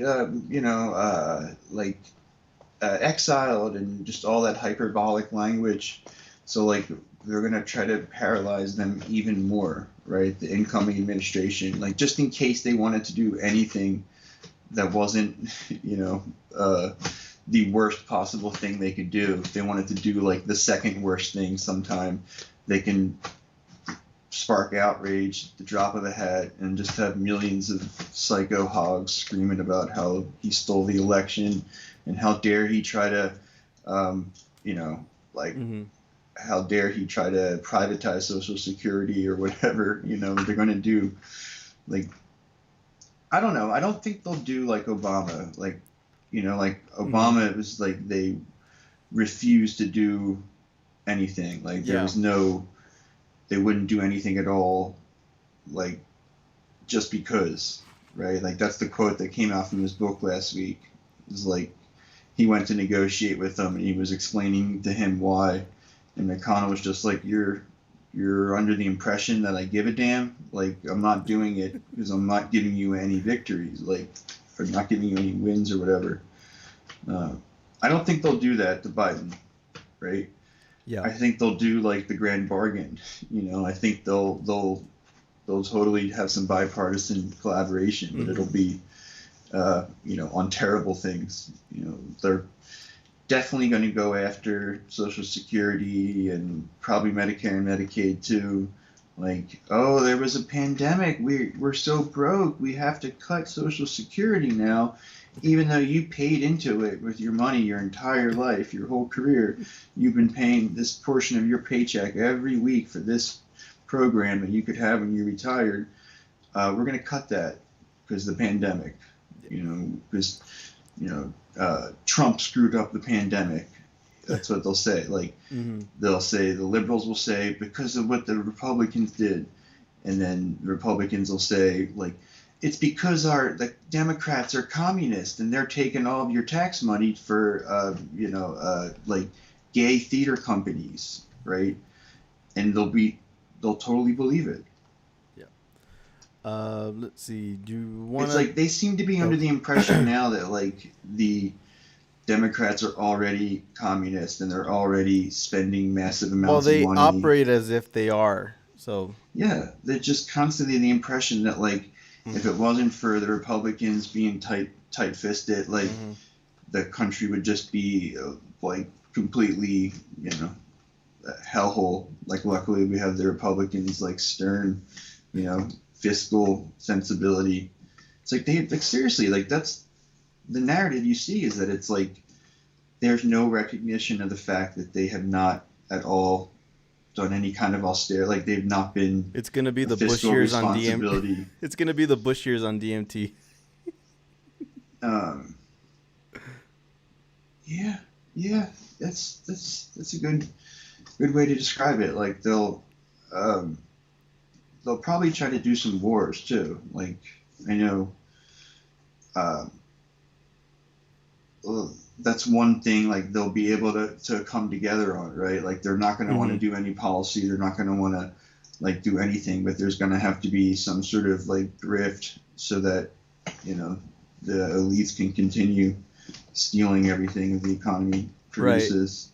Right. So if they'll try to do some invasion or some like topple some like African democratically elected president or something like that.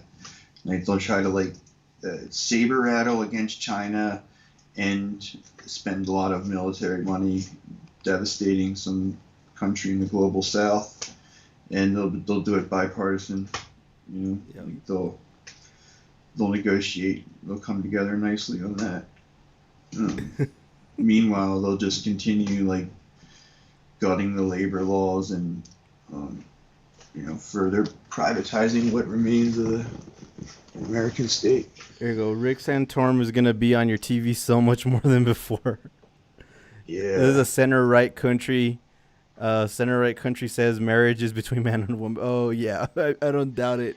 You think they'll do that? I don't know if they want to do that though. Like I don't think they want to waste their time like starting a whole new like rehash of culture war, especially when like if they tried to like walk back gay marriage now, they would be international pariahs, like even more so than they are, right? Like I'm pretty sure there's probably like UN charters and stuff that we've signed where, that would probably not fly. They might though. I mean, they'll probably just have an abortion fight. That's probably what they'd rather do. Yeah. All right, bro. We're definitely moving backwards. See if I could go to. Oh, do you want to talk about the Pope? What's the Pope in? Well, the Pope. This is a little bit of an awkward thing, but it's it's kind of an update. I'm sure people are probably more familiar with this already, but so recently on Instagram, they caught the Pope. No, we didn't talk about this. Yes, we did. No, we didn't, bro. We didn't talk about this. So I remember this one. So you yeah, sent it to me. Yeah, I sent it to you. We didn't talk about it on the stream. Oh. So this is just a setup, by the way. So this is the Pope's Instagram. You can see right here on the bottom this Instagram model. They went ahead and yeah, the Pope's Instagram account liked this tweet from a Brazilian model, putting up this scantily clad pic there. There's if I got a better look at this one. Not for just for reasons, but yeah. So the Vatican's apparently embarrassed that the Pope Instagram liked this photo of the Brazilian model. So I mean, first of all, let's get this out the way. You know, I don't think the Pope went personally on his Instagram and liked anything. I do. You think so? Really? Mm-hmm. You think? Okay, so we've talked about the Pope a little bit. So I mean, base Pope. I mean, what's the story? So this is the thing. So after that whole thing broke, of course it was you know, everybody kind of like, well, what the hell is the Pope's account doing? Now the Vatican is conducting an investigation into the Pope's account to liking the lingerie models post. Wow. Yeah. So witch hunt, man. So the Vatican is called on Instagram to assist in an investigation after Pope Francis's account liked an image of a Brazilian model wearing lingerie. So the CNA, the Catholic news agency, reported Tuesday that the Vatican was looking into a picture featuring Brazilian model and Twitch streamer Natalia Garibaldo that has been liked by the Pope's verified Instagram account. Yeah, so she was wearing this Catholic schoolgirl outfit. And yeah, so it's unclear it's unclear when the Pope's account liked the image. It was visible and reported by the news outlets on November 13th and was then unliked on November 14th. Damn. I think this is a witch hunt, man. Right? Because the Pope has been so based. Yeah, right? Well, this is the thing. This is the deal. Yeah. Look, why don't I think that the Pope actually went on there? Okay, we got a question from the chat. Look, I don't think the Pope sits on there on his Instagram. I don't think, you know, he's out there doing you know, blessings and Pope shit. But like, think about it though. Like the way I think about it is like, I think more people like that are like, because they're playing with their phone, right? Yeah. So like when you're waiting in the elevator, you're in the subway or whatever the Pope, you know, however the Pope travels, like he travels, I'm sure, right? Right, he does. Like, you don't think he like plays with his phone when he's like on the plane? You know, he's just like, plus, you know, with quarantine, he's probably been on lockdown. Look, bro, look, here we go. Name drop for the horny jail bookies. Look, bro, I'm here to go ahead and pass along information. If I could help anybody in that way, then go ahead and pass on what I know. What? Because I'm passing on the name of the model. Oh, yeah, she's fine.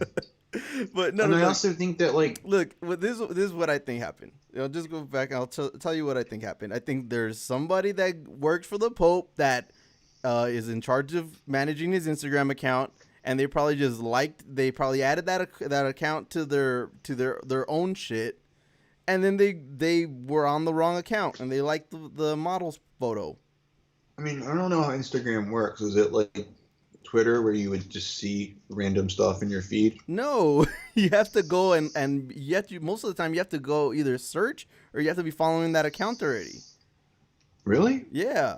For the Instagram shit, it's not the same thing as you just get a random feed. Even for like a model like that? Yeah, even for like models and stuff like that. You know, you can't just find stuff like that. You got to look for it a little bit. Is there like sponsored posts like there is on? No, it's not a sponsored post. You sure? Yes, I'm sure it's not a sponsored post. I mean, maybe it is. It's just not labeled. Maybe they don't label their sponsored posts. No, man, yeah, I don't know how it showed up on his feed. Do you think he just didn't realize that it was public? It's not something that's on the like showed up on his feed. Yeah, do you think he just didn't know that? No, because most of the time. Why would he like it though? Like, because I don't think makes no sense. I don't think that he liked it. I think that somebody that operates his account probably was on the wrong shit. Okay, but how would they not know? Like, oh shit, I'm using the Pope's account. I better not like this. Because it's what you're saying. Somebody just fucking around with their phone, and then they're like, okay, I'm on. All right, well, I'm gonna go and look for my daily spank bank And then they go and they found they're like, oh, what? I'm on the Pope's account. And then you didn't even find. And the thing is, you didn't even find out until the day after, or until way after, because they didn't even.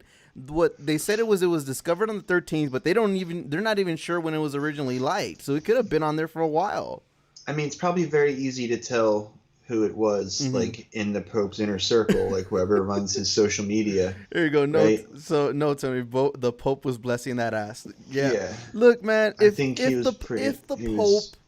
the Pope decided he was gonna like something like that, I'm not gonna hold him against. I'm not gonna hold him. I don't think that's what happened. I can't get mad at him. Like, here's what I think. I think a couple of things. The Pope does play with his phone when he's hanging around, chilling. Like, he scrolls the internet. When he's not doing Pope shit.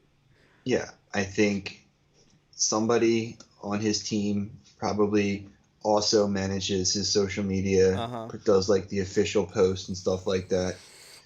And that person would be very easy to coordinate that, to figure out who it was, like just by looking at other stuff. Because I don't think you look up like one porno pic, right? Like that's how you use it, right? You know, like look, so you find a person. Somebody had to have been on his shit to go and search for it. I'm telling you, Instagram is not that easy. Yeah, I know. So I'm saying it's this guy, this theoretical guy on his team who does his social media. But I did want to raise one more point to this, though. I don't think that's what it was, though. I think it was a witch hunt. Look, that's what I was about to tell you. Look, that's what I think. If the Pope's been talking about a lot of stuff, a lot of progressive things, and a lot of things concerning socialism. That's why we've been calling him base Pope, because of the policies have been coming out with the church lately. Yeah. So, are you inclined to think that this is a way to discredit him? Yes. Really? That was I thought I was getting kooky thinking about that, bro. No. But I mean, look, if there's a way to go ahead by that news agency. They reported it by that Catholic news agency. They didn't have to report that shit. Right? I mean, it's newsworthy in a way. It's the Pope. No, it's not. That's newsworthy. It's the Pope, like in a fucking. Dude, I know, but think about how many just how many people around the world like that would be newsworthy for, like, you don't. There's an alternate theory by PJ, bro. The Pope gets fucked up from swiping because of the direction the hand goes with the sign. Probably. In some ways, right? Well, no, I don't think. But really, since you say it seems a little bit more credible too. It's not just me thinking it. But look, we had speculated before with him saying all these really base things as far as economics and as far as social issues. That. Yeah, I didn't think they were going to do that. Did I say that? No, we speculated that they're going to find some way to take him down a peg. We didn't know. We didn't say he was going to like an Instagram model's photo, but it would be something. Yeah. Yeah, I guess that's what this is. Right, and that effectively would do it if that's the intent behind it. But the thing is, I think it's way too far of the realm of possibility that people will actually give that credence. Most reasonable people aren't going to be thinking that the Pope is actually going and liking that shit unless more stuff comes to light. I know, but they already wanted to hate him. Like, really? Okay. The Catholics were pretty evenly split, right? Like, it's what I've noticed. It's probably 50-50. Like, that's how the Catholics vote, too. Half of them voted Democrat and half of them voted Republican. So, like, yeah, but it's very hard to... I don't think that they're inclined to, like, reasonably, I don't think they're inclined to think that the Pope is out there scrolling for porn. Well, they just want to have shit out there to confuse the subject, to, like, cloud it so that people... You know, if they think of the Pope at all as any kind of moral authority, they think they just, what about that thing? Oh, we'll never know. This is interesting that from PJ said is that Ratzinger is still at the Vatican and is almost working like a shadow Pope on the side of a segment of the Cardinals. Yeah. Well, look, what he's saying is upsetting people. I know it. I mean, especially when you're talking about, you know, a long-standing Catholic doctrine, right? But look, if they're gonna come at him, it just seems like there would be a more believable way to come at him in that way to discredit him. I mean, I feel like this is perfect in a lot of ways because it's minor enough. Look, we're not talking about the ass, all right? What? Well,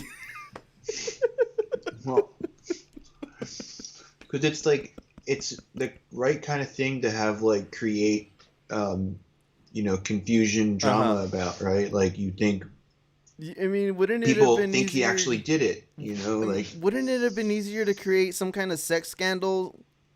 So I'm saying that would have been like, I feel like that would have been more unbelievable, or like more severe. And they also don't want to relive that, right? They're just kind of, tamping down a lot of like the pedo priests. Was it too expected right now? Because there was another. No, I'm saying they're trying to repair their image, right? When it comes to sex scandals and everything, right? Yeah, they don't want to like, air that much more dirty laundry. So I feel like this is minor enough, and then like they won't use it, like they won't try to get them to like step down or anything, but they'll constantly use it as like threat to like have over them if they needed it for something, and they can like turn the pressure up on or off with that. That's what I'm saying to the reactionary. I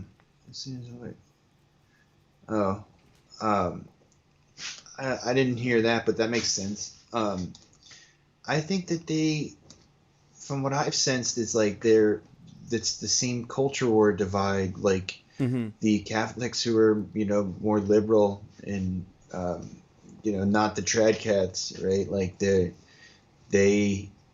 are, they like him, right? Or, appreciate him, like, cause he's woke, right?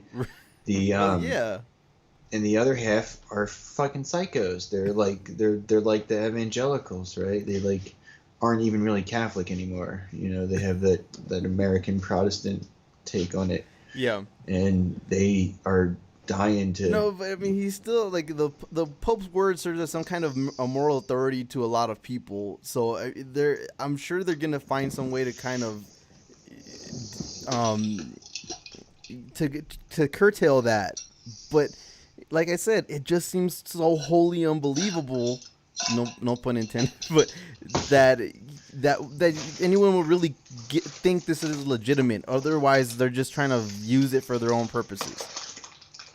Like I said, I think it's just minor enough that it is believable. Oh. But I also think it's like, even if it is true, and he was... Like, do I really have a problem with that? No. I don't think I do have a problem with the Pope, like, appreciating a beautiful woman, right? Like, so I'm saying, do we want them to be... Look, for me, one of the problems that I've had with my religion that I grew up with, Catholicism, is the whole celibacy thing. It never made fucking sense to me. Yeah, it doesn't. But I mean, like, it doesn't make sense to everybody, right? So I feel like... It, in a lot of ways, it's like, oh, at least he's not a pedo. You know, like, I feel like that it's a step up from where you've been as a institution before.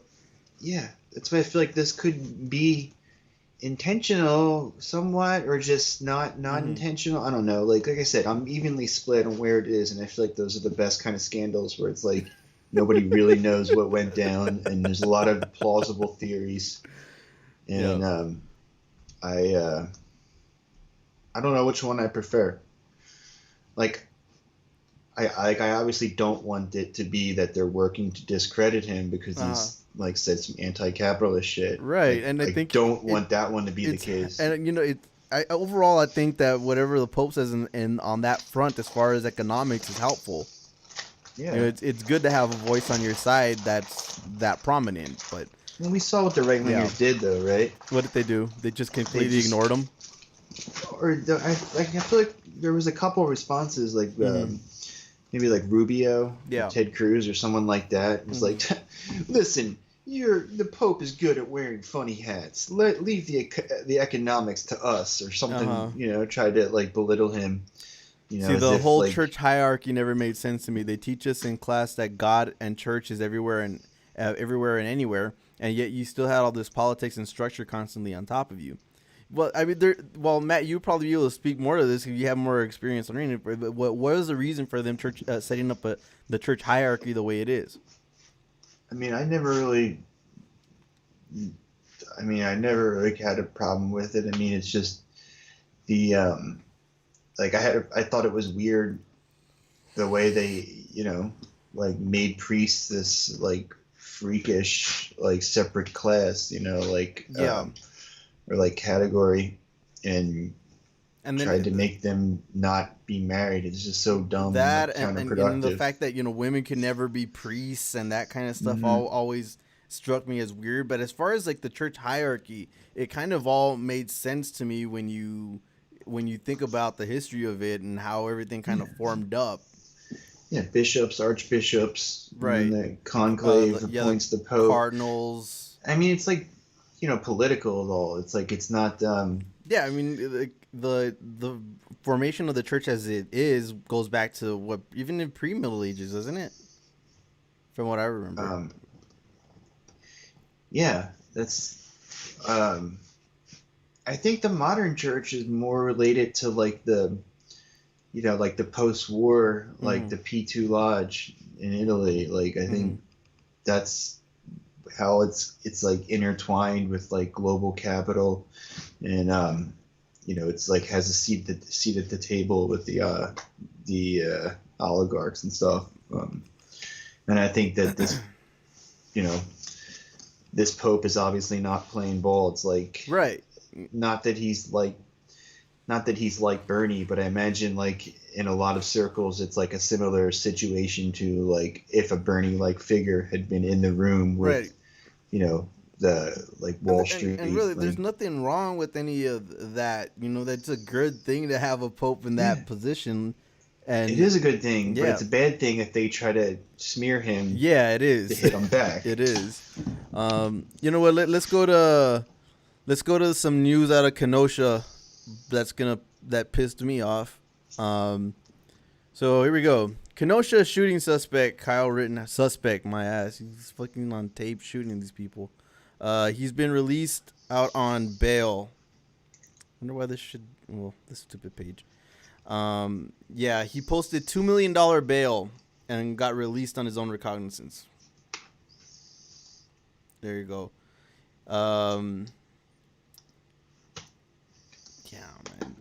He was able to post $2 million cash bail, and it was raised up for him from by one the of right his wingers, fucking by those right wingers that were out there starting his fund. So God bless all who donated to help fight back, required a $2 million cash bail. Special thanks to actor Ricky Schroeder, Mike Lindell for putting us over the top. Kyle is safe. Thanks to all who helped this boy.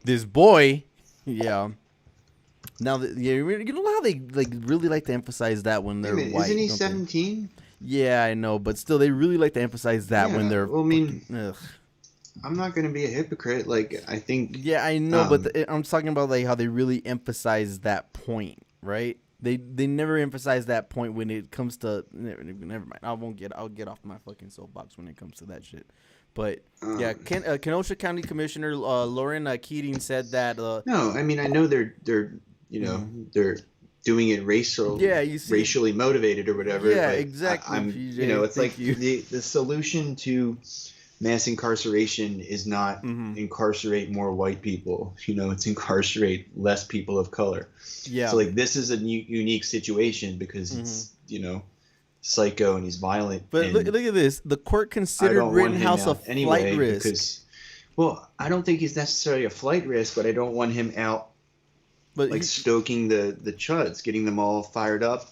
Right. And, interested in, and you had sent me this before too. He says that he used his stimulus money to buy the gun that he allegedly used to kill the two. That's not even what happened. I feel like that was intentional too. That was messaging. They wanted to imply that the stimulus money is bad, right? That's so stupid. That's what I'm saying. They did that on purpose. It's not stupid. It's smart for them. No, but it's but it doesn't make any fucking sense. So what are we saying now? Okay, you buy something. Right? You buy something bad with your money that you get from the stimulus. So that makes the stimulus bad. Doesn't make you bad for your bad decisions. Yeah. That's what I'm saying. They don't want people to have nuns in my head now. Like they want to imply that the government can't just write checks to everybody, right? Because people are are but the reason liable to do some damage. Well, see, like the reason he's considered a flight risk is because he could face a mandatory life sentence or at least significant amount of time. So it's the amount of time that's making him a flight risk. So he was Rittenhouse was afraid he would spend the rest of his life in prison after turning himself into authorities. A friend of a teenager told police in a recorded interview CNN obtained from the Freedom of Information Act. They said, the dude is sweating like a pig. He's just freaking out. His face is white. He's like, I'm going to jail for the rest of my life. I'm done. He's just scared. The friend Dominic Black is seen explaining to a detective in a video recorded on August 26th in Illinois where Rittenhouse was arrested. Black said he was trying to calm himself and Rittenhouse down, telling Rittenhouse, from what you're telling me, you were defending yourself. As far as I believe, just calm down. We're going to get you home. Just turn yourself in. All will be fine. Yeah, this is PR blitz. Yeah, here it comes. They're gonna they're going to do a liberal, like they're gonna George W. Bush him. Like this is him going on Ellen. He's charged with possession of a dangerous weapon under the age of 18, which is a misdemeanor apparently. Yeah, Jesus. I mean, he's charged with more. He's charged with murder 1. Yeah. So, but I mean that part of it. I mean that part of it seemed more certain, because I just don't trust the fuckery. But he's charged with murder 1. They need to prove he didn't do that. Yeah. So he's charged with 2 counts of intentionally giving a weapon to a person under 18. So this friend of his is also yeah. I think that's really sleazy the way they did that with the messaging about the pandemic money. Yeah, no, that was sleazy as shit. That's what they're trying to do is demonize stimulus money when people are going fucking broke.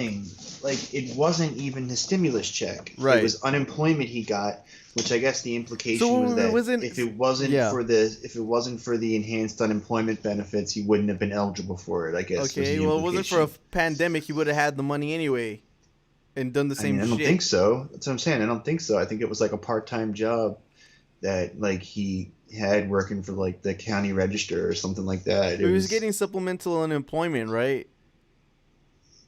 He was like, how they expanded unemployment, right? So that you got like gig workers and wait staff, just people who freelancers wouldn't normally qualify for it.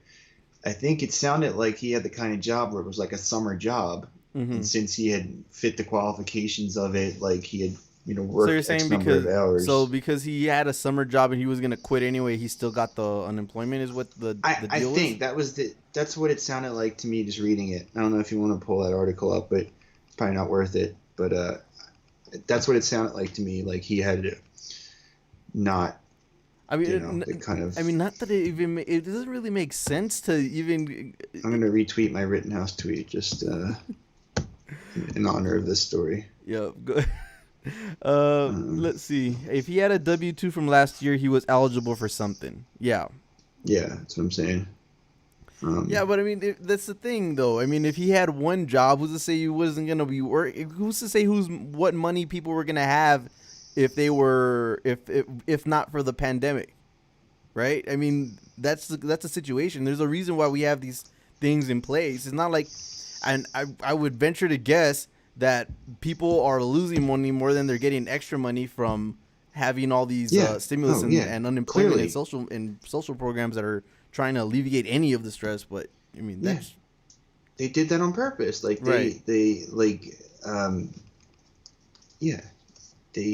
that's the situation. Is people are they're definitely in much worse.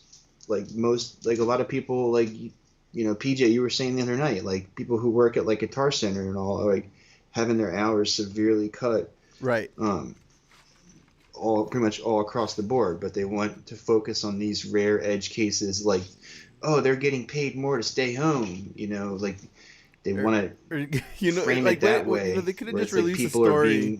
Where it's like welfare queens. Could you see them releasing a story about somebody that says, I got addicted to meth because of my stimulus check? Yeah, I mean, like I used said a person overdosed from meth because they used their stimulus money to buy a bunch of, whatever. That seems like the kind of line of shit that they're trying to push right now with that whole gun that's thing. So evil. But, yeah, that's what I'm saying. They're trying to find. It's completely fucked up and unacceptable that they've abandoned their people, right? Like they just did not give a fuck about anybody who's trapped at home in the worst recession in 100 years, and who can't leave, right? We're on lockdown orders a lot of places, and like even when those are not in place, there's still other soft and hard restrictions on the economic activity. Like you can't, like, it's very hard to find a new job or like find a side hustle or whatever it is with the current dangers out there, especially because if you're out of work, you don't have health care, right? So like we should taking it easy, but you're doing riskier shit because you have to like trying to find a job. It's like just such a perverse, like, that's why I'm very dubious about our ability to ever get this virus under control, because there's so many economic factors pushing people to take risks with their health, right? To take risks like with contacting the virus because there's no support, right? And then they're going to focus on like the one employee, like the handful of employees who are making more to stay home, or the ones who turned down their jobs because they were collecting unemployment or whatever, like the handful of cases like that, or people like him, like Rittenhouse buying a gun. Let's see. What's this? What did you have? They're an active shooter today in Wisconsin. There was? Let's see. Multiple people injured in shooting at the Mayfair Mall in Wauwatosa, Wisconsin. 7 adults and 1 teenager were injured in an accident. A white man in his 20s or 30s said to be the shooter, still on the loose. I wonder if they'll try to say it's like Antifa or something. How do you say that? Wauwatosa?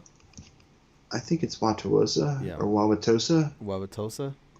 Apparently the last update they said from ABC News is that the perpetrator is still at large.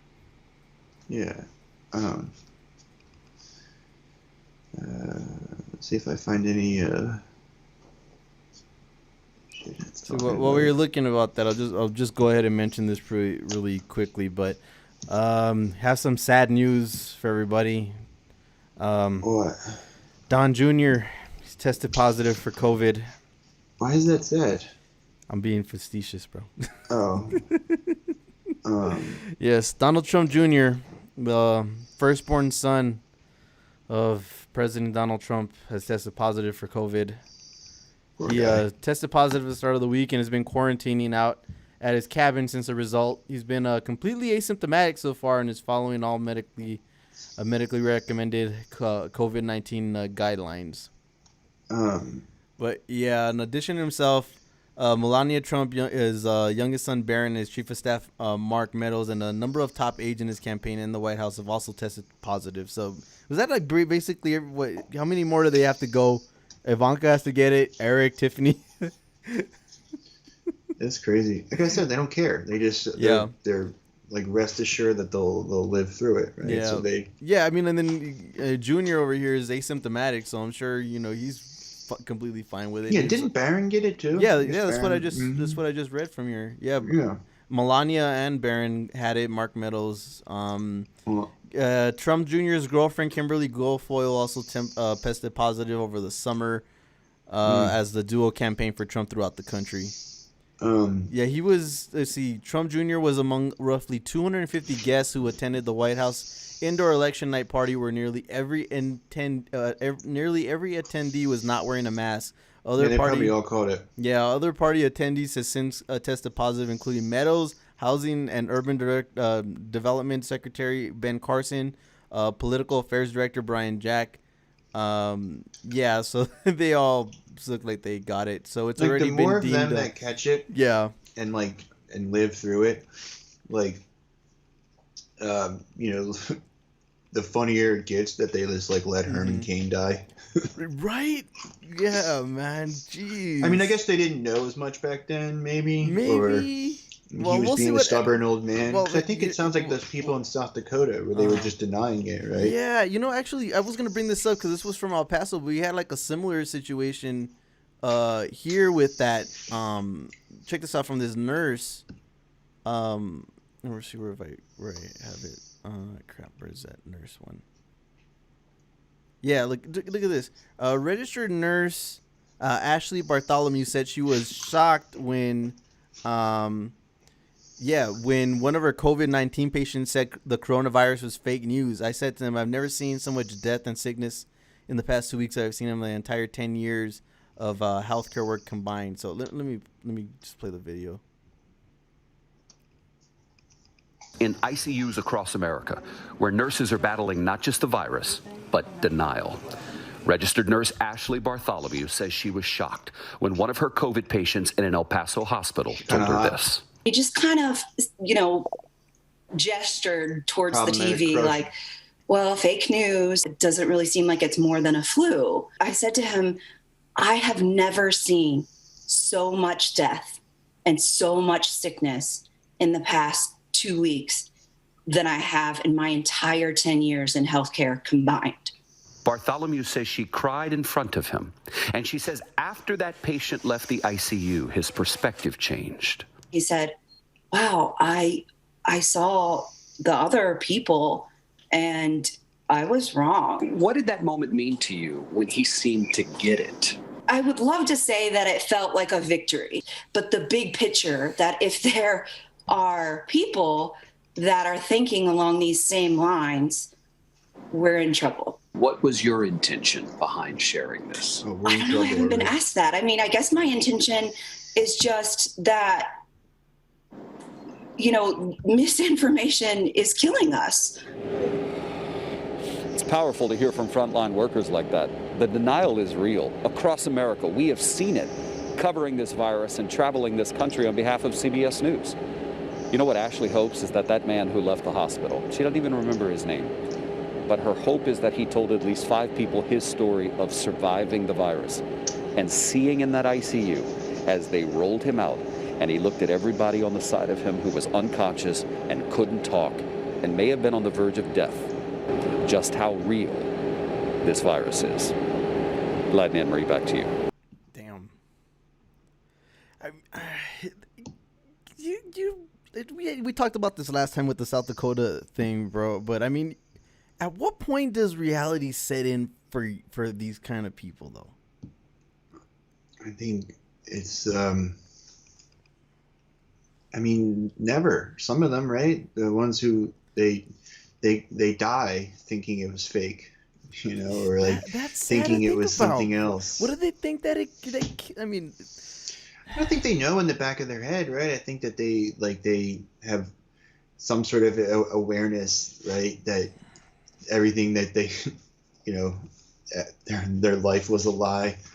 It's like, the bigger the lie, the harder the, break or whatever that saying is, right? Like, yeah. If you go and you invest so much of your energy into creating this version of reality, and then when you find out it was fake, it's like, that's like hard to accept, I think, right? Like people who like they always say about the people who are delusional, you should like not break it to them right away. Like you should slowly reveal to them that they're what that nurse was saying. Like it's actively detrimental that these people think that it's fake.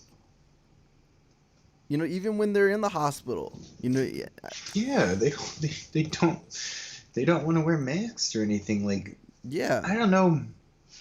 Like I said, I don't know what the thing is that you like. I guess what kills you, right? Like it's hard to say. Like I don't know if it's like we talked about the other night. Like is it viral load? Is it time until you seek treatment? It's a combination if it's of that all these one, things. I think it'll be.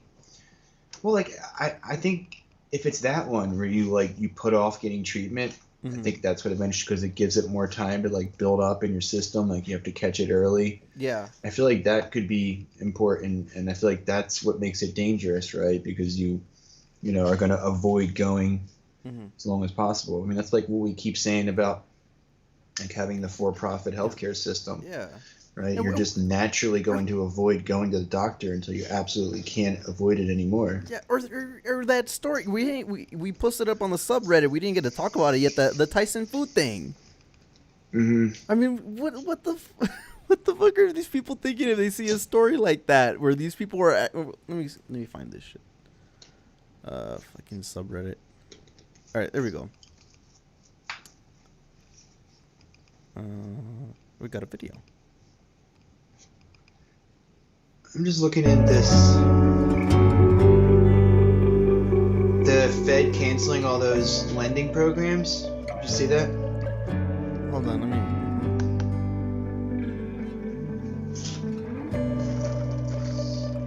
What is that shit? There's the Tyson food thing. Look, check it out. Oh. They're not talking or anything. But so Tyson Foods was accused of betting money on how many workers would contract COVID-19. So it was a lawsuit that was tied to an Iowa pork plant where more than 1,000 workers became sick and at least 5 died of the virus after being forced to report to work. Yeah, they forced them to work. Yeah, remember that? It was early on. Yeah. They did it. That was one of the few things they used the Defense Production Act to do, was to force these poor bastards to go to work when they were sick. Yeah, and then, but I mean that's bad enough. But then they're over here placing bets on who would get it. How do they know that? Look, well, let's see what it says. So, a wrongful death lawsuit tied to COVID-19 infection at Tyson Foods' largest pork processing plant accuses the meatpacking giant of ordering employees to come to work, while supervisors privately bet money on how many would get infected with the deadly coronavirus. You see, the family of Isidro Fernandez filed the lawsuit in August, saying Fernandez was exposed to the virus when he reported to work at the Tyson plant in Waterloo, Iowa. Fernandez died in April from COVID-19 complications, leaving behind a wife and children. Fernandez was one of at least 5 Waterloo plant employees who died of the virus. More than 1,000 workers, over a third of the facility's workforce, became infected, according to Black Hawk County Health Department. The lawsuit filed in Black Hawk County claims Tyson is guilty of willful and wanton disregard of workplace safety, and accuses the company of endangering employees by downplaying virus concerns and covering up the outbreak in order to keep them working. Yeah, and then look at I just don't know how they knew. How did they know they were doing this? See, they amended to include new allegations against the company and plant officials, and one of them, the supervisor at the plant, began wagering money on how many workers would get sick. Look at the next line. So it says, the workers reportedly accused plant manager Tom Hart of organizing a cash buy-in, winner-take-all betting pool for supervisors and managers in mid-April to guess how many plant employees would test positive after being forced to report for work. According to Capitol Dispatch review of the amended suit, the reported betting poll occurred at the time of that the Black Hawk County Sheriff Tony Thompson visited the plant and said working conditions shook him to the core. And let's see what else it says here. They were told explicitly told supervisors to continue showing up to work, even though they were experiencing COVID-19 symptoms, referring to the deadly virus as a glorified flu, telling workers everyone's going to get it. According to the lawsuit, Casey stopped a sick supervisor on their way to getting tested and ordered them back to work, saying, "You have a job to do." Managers reportedly allowed one employee who vomited on the production line to continue working and return to work the next day, according to the suit. Jesus. Yeah, Tyson Foods did not immediately report the Huffington Post request for comment. Yeah, that doesn't surprise me. Yeah, to moving the federal court remains open because Donald Trump's order requiring plants to stay open in order to maintain the nation's meat supply. Well, see, they ended up closing after a massive coronavirus outbreak in Waterloo. More than 180 infections were linked to the plant at the time of closure. According to Black Hawk County Health Department, the plant employs 2,800 workers. Damn, man. Fucking, they're Bernie voters too. Remember? Right? Yeah. It's like one of the nobody had ever approached those, like the meat packing industry in Iowa, and then they went out there, Mm-hmm. you know, in the middle of the night when the shift ended and met the workers and talked to them about caucusing, and then they had that satellite caucus, and then here we go. So pandemic raging, fuck it, we need to grill, which is ironic with all of this because slaughterhouses where a lot of these type of illnesses thrive. I mean, it doesn't sound like it was you're able to get it from consumption from consuming the meat, but it just seems like the workers themselves were in danger from having to be forced to work. I mean, how sickened do basically have to be to bet on fucking people getting sick? I mean, it sounds like they. Or do you think it was? Or maybe I'm. It sounds like they thought it was just like. I think he literally thought it was a glorified flu. I mean, back in April. Like, man, I don't know. I have a hard time wrapping my head around it. I mean, okay, April. It was just in New York. But even by April, people were still already dying. Yeah, but you think people mostly thought it was like weird old people and like flukes and stuff like that. I don't think people thought it was going to kill this many people. It's how the American flu of 1918 started. Kill houses in Kansas City near the Army training bases. Recruits brought that shit to the East Coast on their way to Europe, in which we spread it there. They call it the Spanish flu because the Spanish were the only ones saying, "Yo, there's a pandemic coming." Yeah, that was us. Yeah.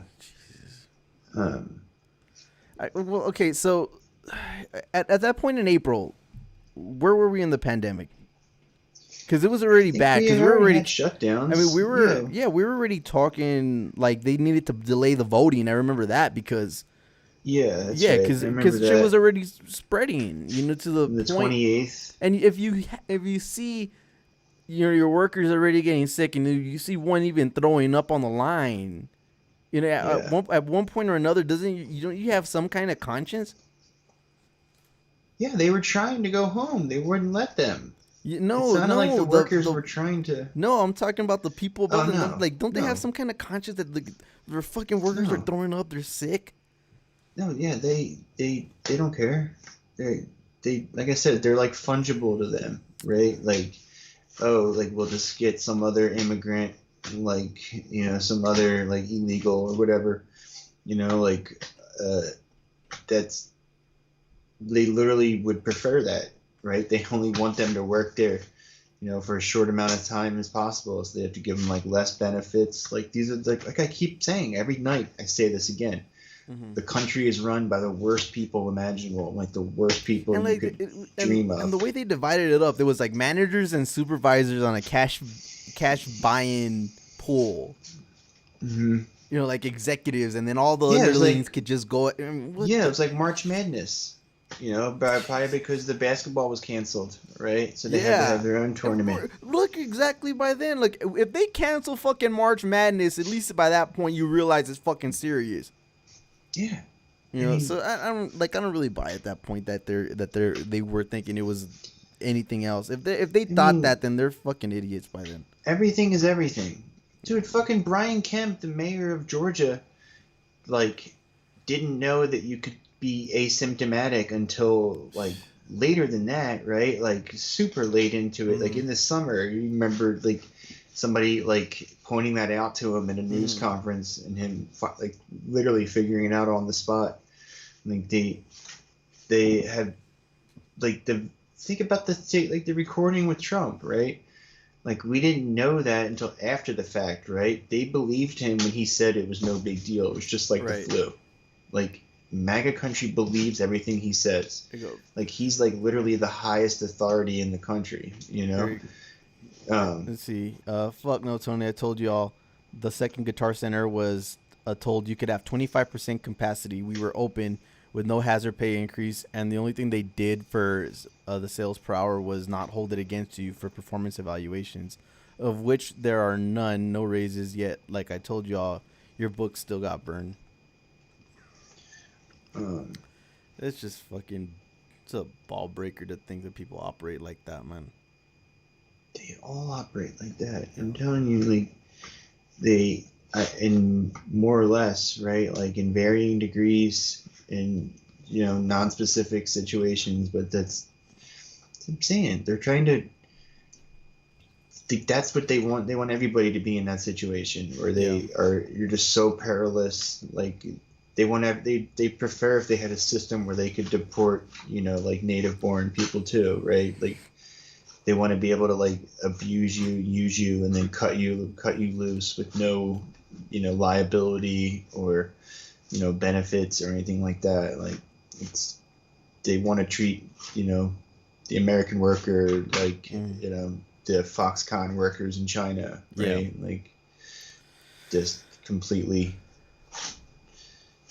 Let's see, all these companies doing that now, they got their excuse to crush labor now on the costs and explore new shit.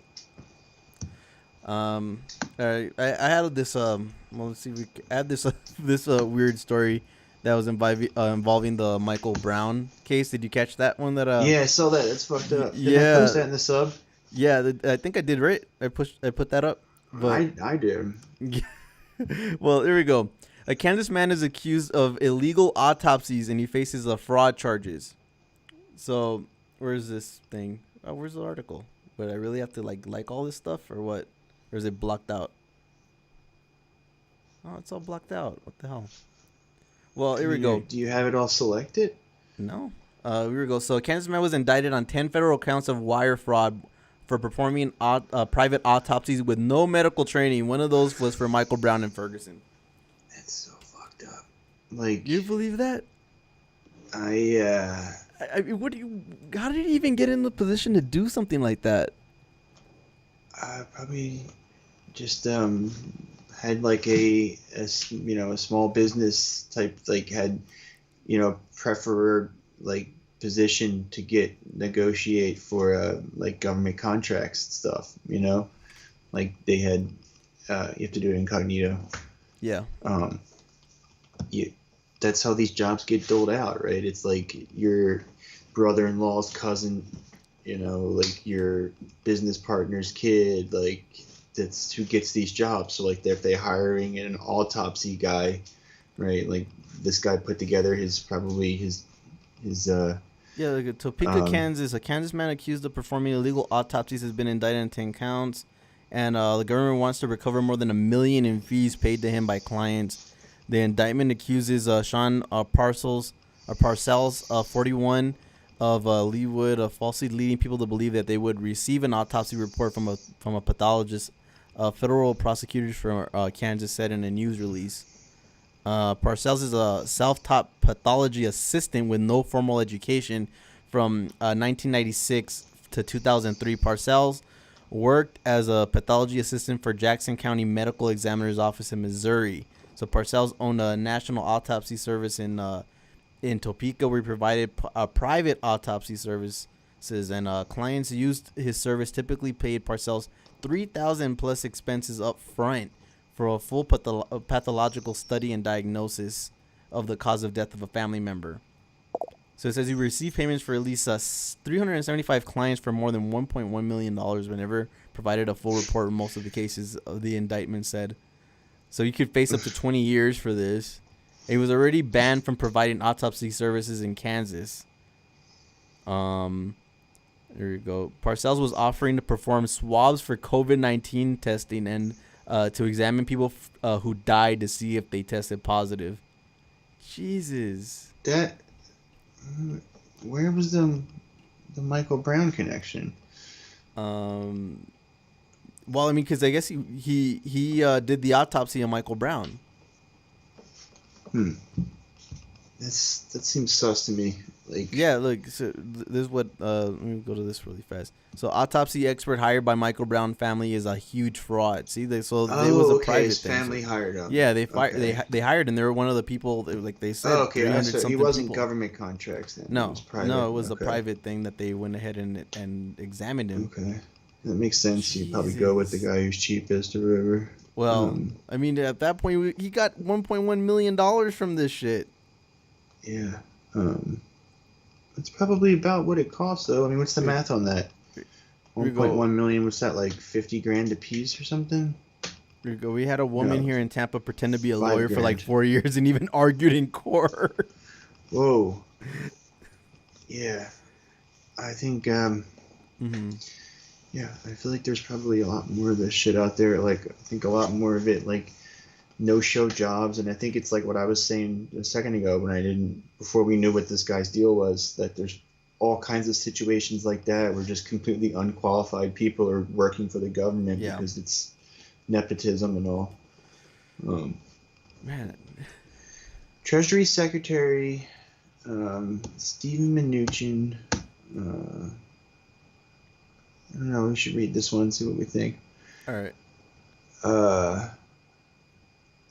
Treasury Secretary Stephen Mnuchin on Thursday said he would not extend most of the emergency lending programs run in tandem with the Federal Reserve.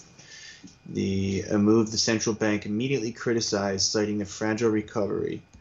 The Fed's exceedingly rare public response reflected a government divided on how to act as the pandemic surges across the nation, threatening a new wave of shutdowns and marking an inflection point of the economic recovery. In a letter to Fed Chair Jerome H. Powell, Mnuchin not only said that several of the programs would wind down at the end of the year, but he also requested that unspent money allocated to the Fed under the first stimulus effort, the CARES Act, be reallocated by Congress. However, the Treasury Department does not have the sole authority to reallocate the funds and would need to secure a Fed agreement. He wrote a letter to the Fed and said not only that it should wind down, but unspent money allocated to the Fed under the first stimulus effort be relocated by Congress. See, that's what I'm saying. I don't know how I feel about this. The Treasury Department does not have sole authority to reallocate the funds, and we need to secure the Fed's agreement. It triggered a rare public statement from the Fed on Thursday. The Federal Reserve would prefer that the full suite of emergency facilities established during the coronavirus pandemic continue to serve their important role as a backstop for our still strained and vulnerable economy, the central bank said.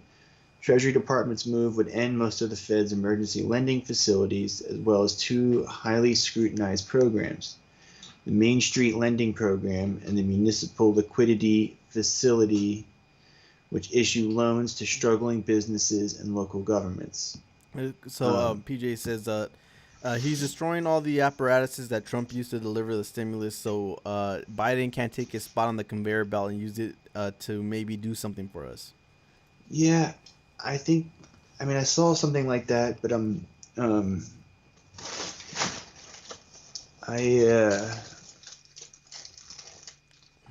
yeah, that's probably what it is.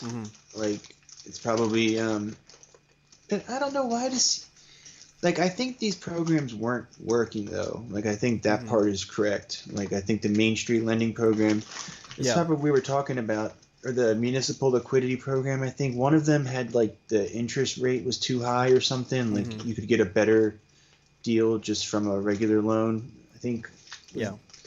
And the other one, I think, wasn't working because the banks didn't want to do the smaller customers. Like, it was specifically for a smaller amount of loan money, and it wasn't worth it to the banks to bother with it. Like, it was too much risk for not enough reward. It's like this is like shutting down the healthcare exchange website. We must reopen the exchanges. How the program should be structured and how effective it can be. That certain decisions can't be made by either Powell or Mnuchin alone, setting the stage for a surprisingly outward-facing clash.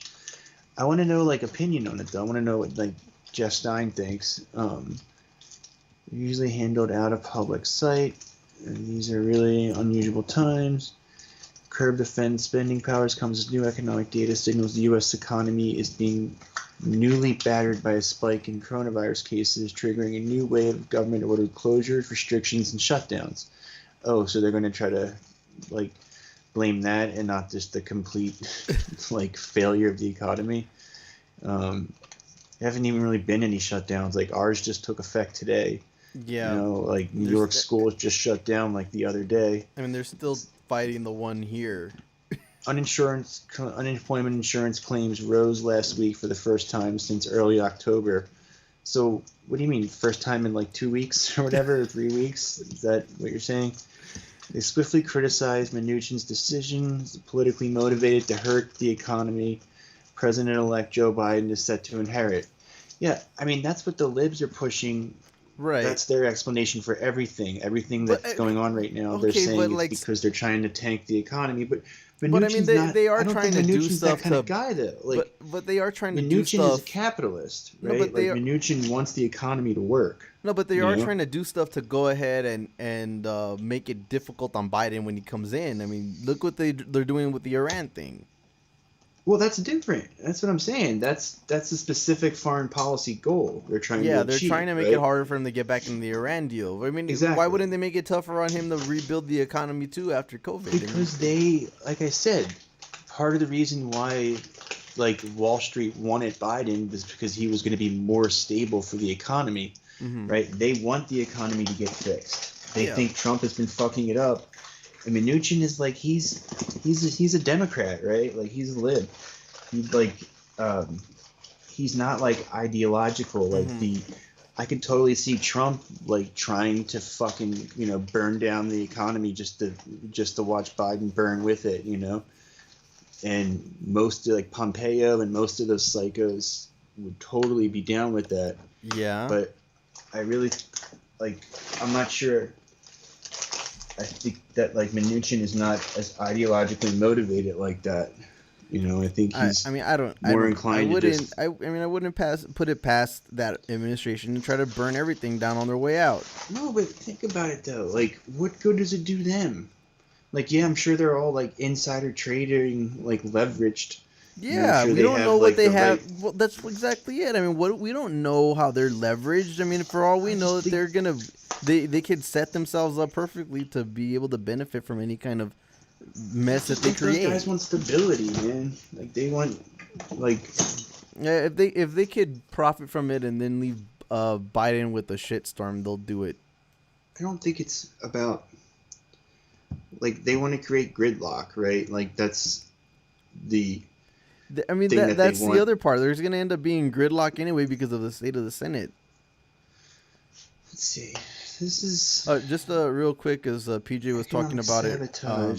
This was the fake lawyer thing in Tampa. Roberta Guides did not pass the bar exam, but started her own fake law firm using the name of a real lawyer and a friend. And she represented clients who did not know she wasn't an attorney. She did pass or she didn't? No, she didn't pass it. That's why she wasn't actually an attorney, but she posed as an attorney, never passed the bar exam, misleading judges and clients and running up bills in the name of a friend. And she's going to go to prison for 4 years. So 4.5 years in federal prison, followed by 3 years of supervised release. Yeah, and has to pay $14,000 in restitution. She's 41, admitted to charges of mail fraud, aggravated identity theft. And she offered a tearful apology on Wednesday. I'm deeply sorry for causing you so much pain, so much agony, so much distress. I acted selfishly with no regard for others. I violated the trust others had in me. I don't. I mean, she did go to law school and twice failed to pass the bar in Florida. Yeah, sounds like me. It sounds like if I were to start a. Yeah, you were. I mean, you or I. We would have, if either of one of us were to go ahead. And just decide, we went to law school, we haven't passed the bar, and we're gonna set up our own shit anyway. And I mean, thankfully we're not that kind of people. I mean, speak for yourself, dog. Whoa.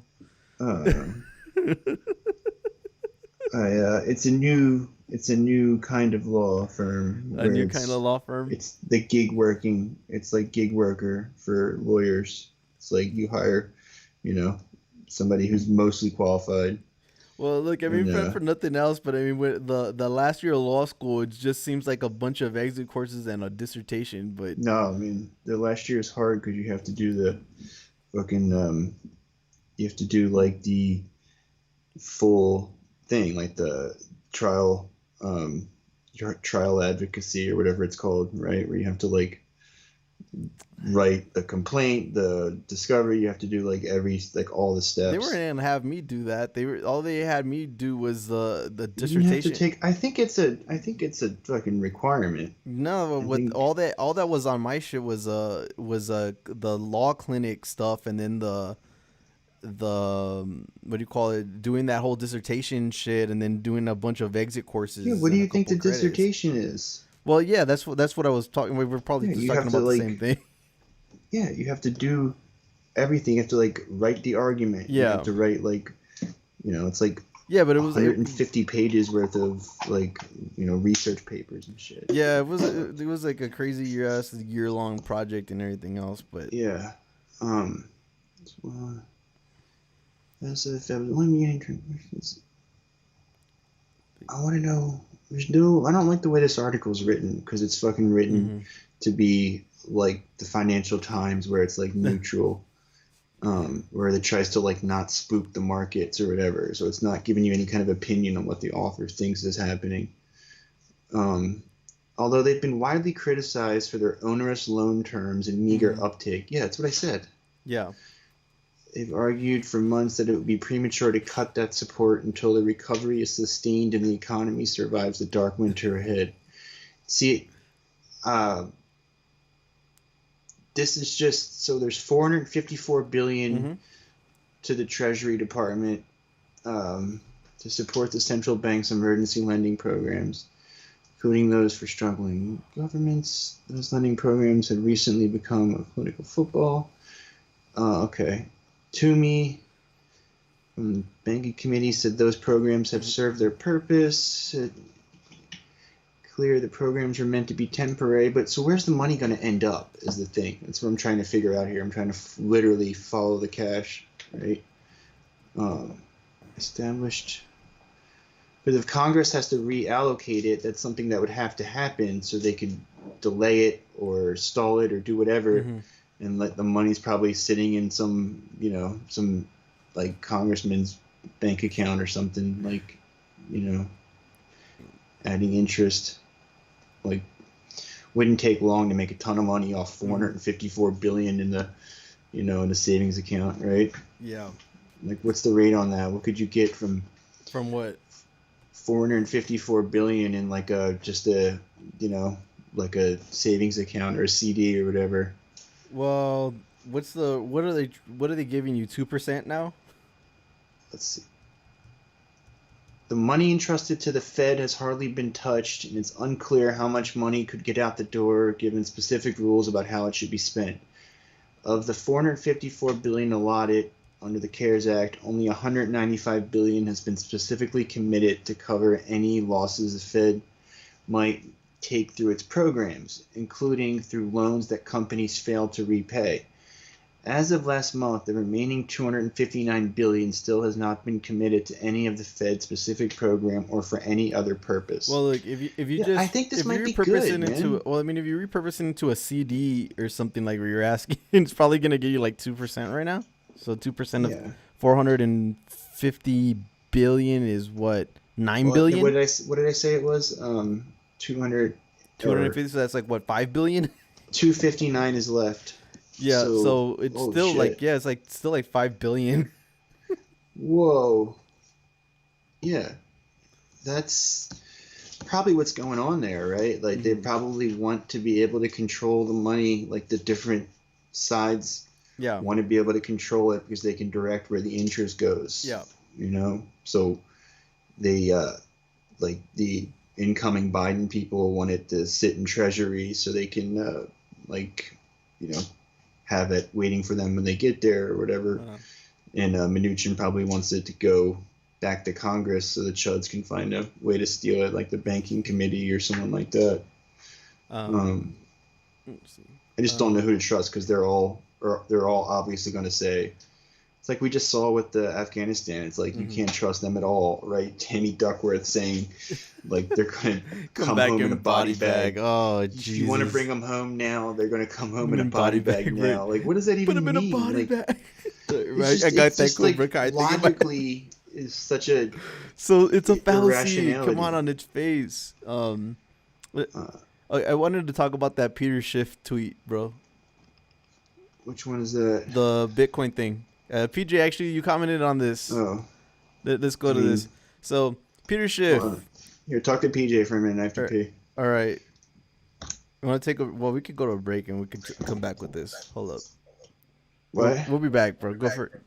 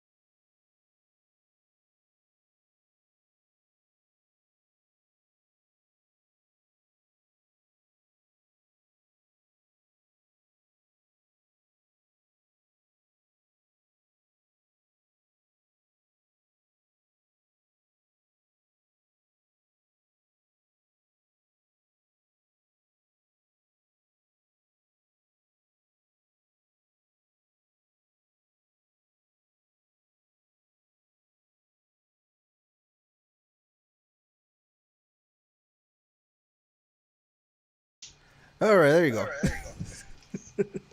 Everyone's gone? No, they're still here, bro. If I was them, I would have left. Oh, I mean, for a couple of seconds. Let's see. What was I gonna do? Oh yeah, Peter Schiff thing. All right, here we go. I don't want to talk about that fucking Eric Schiff tweet anyway. Like, what? Is there a story there? Well, it was just the whole thing with Bitcoin, comparing that, because the whole reason he's flipping out here is because of the price is spiked up again. So here we go. The idea of that Bitcoin's value comes from past work required to validate the information encoded on the blockchain is nonsense. If I work hard to dig a hole and then fill it up back up with dirt, what value does my labor create? Effort produces no value, is worthless. So apparently he's been like a long-term hater of cryptocurrency. Well, this was your comment over here, PJ. So pretty sure there's more of a logic chain involved with your arithmetic problem than there is with digging a hole. Blockchain is literally just show your work portion of the math homework in digital form. So the idea right now, like I told you before, was that Bitcoin is supposed to be like a precursor to a crash, where when the market drops or when a currency is inflated because of, say, pumping trillions into the Fed, it would lower the value of the fiat currency in comparison to the cryptocurrency. And that's kind of what we're seeing right now, where the price of Bitcoin's already shot up to about almost reached $19,000 for a coin today. And you can see how it spiked up with just recently. But the interesting part of it is the price of gold actually went ahead and it's actually declining. So the spot price of gold is actually dropping in comparison of it. Well, that was the point that people were raising up in the comments here. Was the reason that Bitcoin is rising while gold is actually dropping is because there's more utility with Bitcoin than there is with keeping a gold brick around. So what people like Peter Schiff would probably do before a crash is stock up on a commodity or stock up on gold or whatever else it is, something that like ordinary people are probably don't have easy access to. and they'd still be able to make a killing on it because they'd be able to insulate themselves from a crash by transferring over to something like gold. Yeah, here we go. So from PJ over here. So I think blockchain tech is cool, but the idea of this being a currency is still a bit foolish to me because it's still based in USD. Well, it's more universal than just in dollars. I mean, that's what it's basing its value at because that's what you can trade it for. You could trade it for a bunch of other things too. You could buy things directly with it too. So it's more practical to be able to use instead of, say, having gold coins in your safe or some shit like that. So what these people are getting upset about is now when you have something like cryptocurrency as an alternate to commodities, then you don't have to be playing by those rules anymore, where you have to go and figure out where you can buy some gold and insulate yourself from a crash. So you're saying I should buy some gold? Well, what I would have said at the start of this pandemic would have been a good time to go ahead and buy a bunch of Bitcoin, because if you would have seen from the price of it at the start of this fiasco, out there in, what is it, March? Or is it? Yeah, the low point in March, it was what? Where is this? Can't even tell the price anymore. There you go. Look, it was at it lowered it down to 5,200 a coin. 5,200 a coin in mid-March. Wow. Yeah, 5,200 a coin, and then it shot all the way up, and it's probably gonna get it'll get a 20. I'll go ahead and go out on a limb and say it's gonna go to 20. But yeah. The other part from this, if you have money, it's not hard to make money, right? Like, if you've got 20 grand lying around, you can. Right. You know. Well, the cool thing with Bitcoin is, of course, you don't need 20K to buy a coin. You could just go and put. Yeah. I'm saying, so like you need money to invest, and most people don't have anything to invest. Yeah. But what these people would often do is go ahead and invest in like I said, in gold bars or platinum bars or shit like that. But in reality, that stuff's kind of getting outdated. That's why you can see Bitcoin shooting up. I think there'll always be a market for it. But there's not a practical market for using that as a currency. See, but apparently this dude has like a history of this because look at this tweet that I pulled up here. So you've been complaining about this since Bitcoin was worth $10. So it's kind of like he's in like in a jeering section, booing every time Bitcoin goes and shoots up through a new plateau.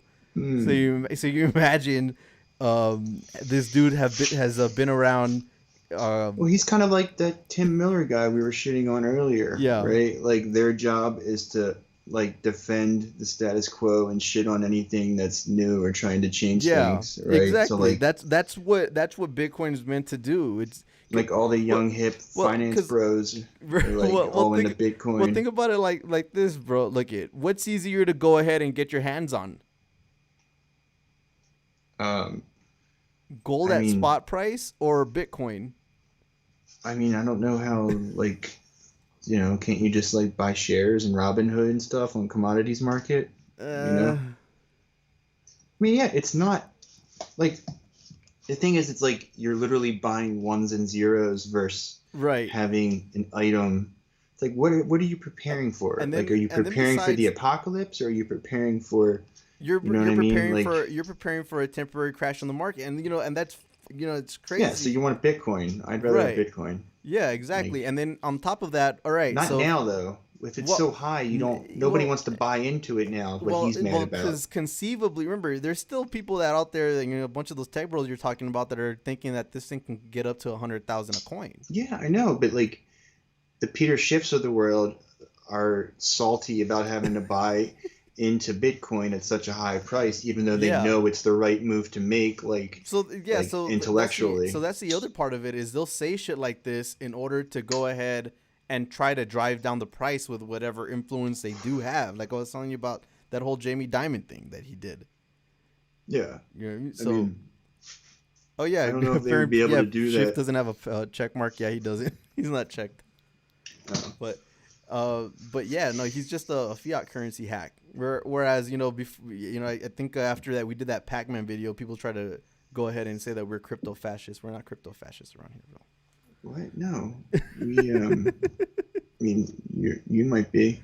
Whoa. If our new patron is on the stream, we should say thank you, right? Yep. Well, he's I don't see Gears on here tonight, but yeah. Is that who it was? Yeah, Gears. Oh, how'd you know? You can see on the comments on Patreon. So we really, but yeah, if you just get to watch this, got to watch this on a replay, then yeah, we want to thank you for signing up for to be a patron. So that was real cool of you. But look, check this out. This was a good little meme that they did about the coin thing though. So these people always tell you buy gold when it peaks up 1,700 for a spot price for gold. When Bitcoin was $1, $1,700 for gold when Bitcoin is $10,000, $1,700 for gold, and what? Yeah, conceivably, there's gonna be a point where where the nature of these markets, the Bitcoin inflates because it's designed it's designed to guard against the price inflating like that, because that's the point of having that finite amount of currency. It's like what you point out with the Fed and how money's fake and all that shit, right? Yeah. How much money can they print out conceivably if they needed to? What do you mean? How much money can they print out? Yeah. Is there much they want? Yeah. Is there a finite amount? What do you mean? I think. Or can they just invent money and just throw that into whatever if they needed to go ahead and stabilize a stock market, for instance? Well, that's what they're doing. Yeah, exactly. Exactly. So I mean, so it's kind of like when I was showing you those different different cryptocurrencies. You're saying crypto is more legit than fiat? Well, Bitcoin can be because it's set up in a certain way. You know, whereas if you're talking about if you're talking about Ethereum or you're talking about Bitcoin Cash, and you look at, I can go ahead to this part. So I mean, if you look at the total supply, like 18 million in supply, that's it. Yeah. You can't surpass that. I think. All right, so. I mean, but that's the thing is, like, they haven't really tested the theory out, right? Like, theory with MMT that's the thing. is like, it's kind of trial by fire in a sense, because, you know, it was created after that last crash, and it's probably going to be battle tested by this next one that we're going to end up going into, which I'd venture to guess there is going to be one. But if you look at the supply from it, you can tell which ones are going to be more valuable. Look at this: 100 billion in supply, 18 billion in supply. 1 billion in supply, 105 billion in supply. When you have a market cap, even as high as Bitcoin, which does the highest market cap, but you have a total supply in those kind of numbers, the value of a single coin is never going to get that high. That's exactly what we had talked about before. So if you're talking about a fiat currency where they're trying to do everything to go ahead and stabilize the market, and they're just printing out dollars upon dollars, what is that going to do in relation to a finite currency? Well, I don't know. If they're spending on social goods, if you're investing in the country, like if you're like adding value to the commodity of America, like however you would describe that, like that's a net good, right? Like if you're just backing up like the airlines forever and ever, yeah, I feel like that's the kind of thing where like they might, the global markets might have some sort of organized backlash, you know? Like, I mean, if I was, that would piss me off. Like if I was, like the French banks and the whatever, just like the global like rivals, as much as there are any rivals to the American banks, like I would get pissed off at that eventually and see if I could fuck with it. Well, well, look at this tweet from March. This is what he was saying. Well, so here we go. just take the L. But look what he was saying. With Bitcoin crashing below 4K, I don't feel bad about having lost all my Bitcoin at the rate my lost Bitcoin are losing value. Soon the difference between having Bitcoin and not having any Bitcoin at all will be too small a matter. Wow, this guy got burned, huh? He really, if he sold it off, I swear you don't sell off Bitcoin. Trade it, do something, replenish your supply. Who thought, like, what would you think, like, why would you think that, like, oh yeah, Bitcoin's gonna crash, man, no one's gonna want that. Like there's Bitcoin is volatile. Of course, like after the economy probably stabilizes and shit gets more back on track with the fiat currency, the price is probably gonna dip down again. Or somebody's gonna eventually. Yeah, eventually it's gonna end up dipping down again. It's gonna probably hit the fucking ceiling like it did earlier in the year. But I don't see eventually it dipping down below like 15. No, I don't think it's gonna ever be something that, look, you're not gonna convince me that it's gonna ever be worth zero. Of course not. By this point, it's already an established system.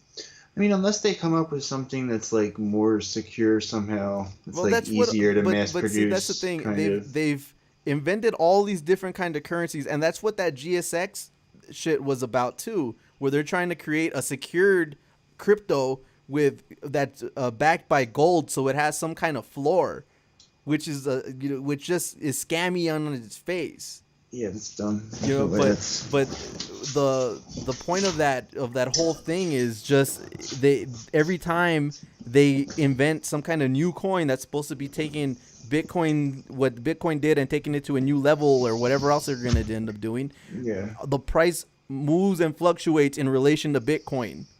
Because it's a more trusted source. Again, and where does it derive value from is from consumer confidence. So, did you see this thing about the transition team, most diverse ever? You send it to me? I think I posted it on the sub. Oh, okay. Transition team. Well, Kyle commented on it. Said 100% corporatist. No, on the article. I was like, whoa.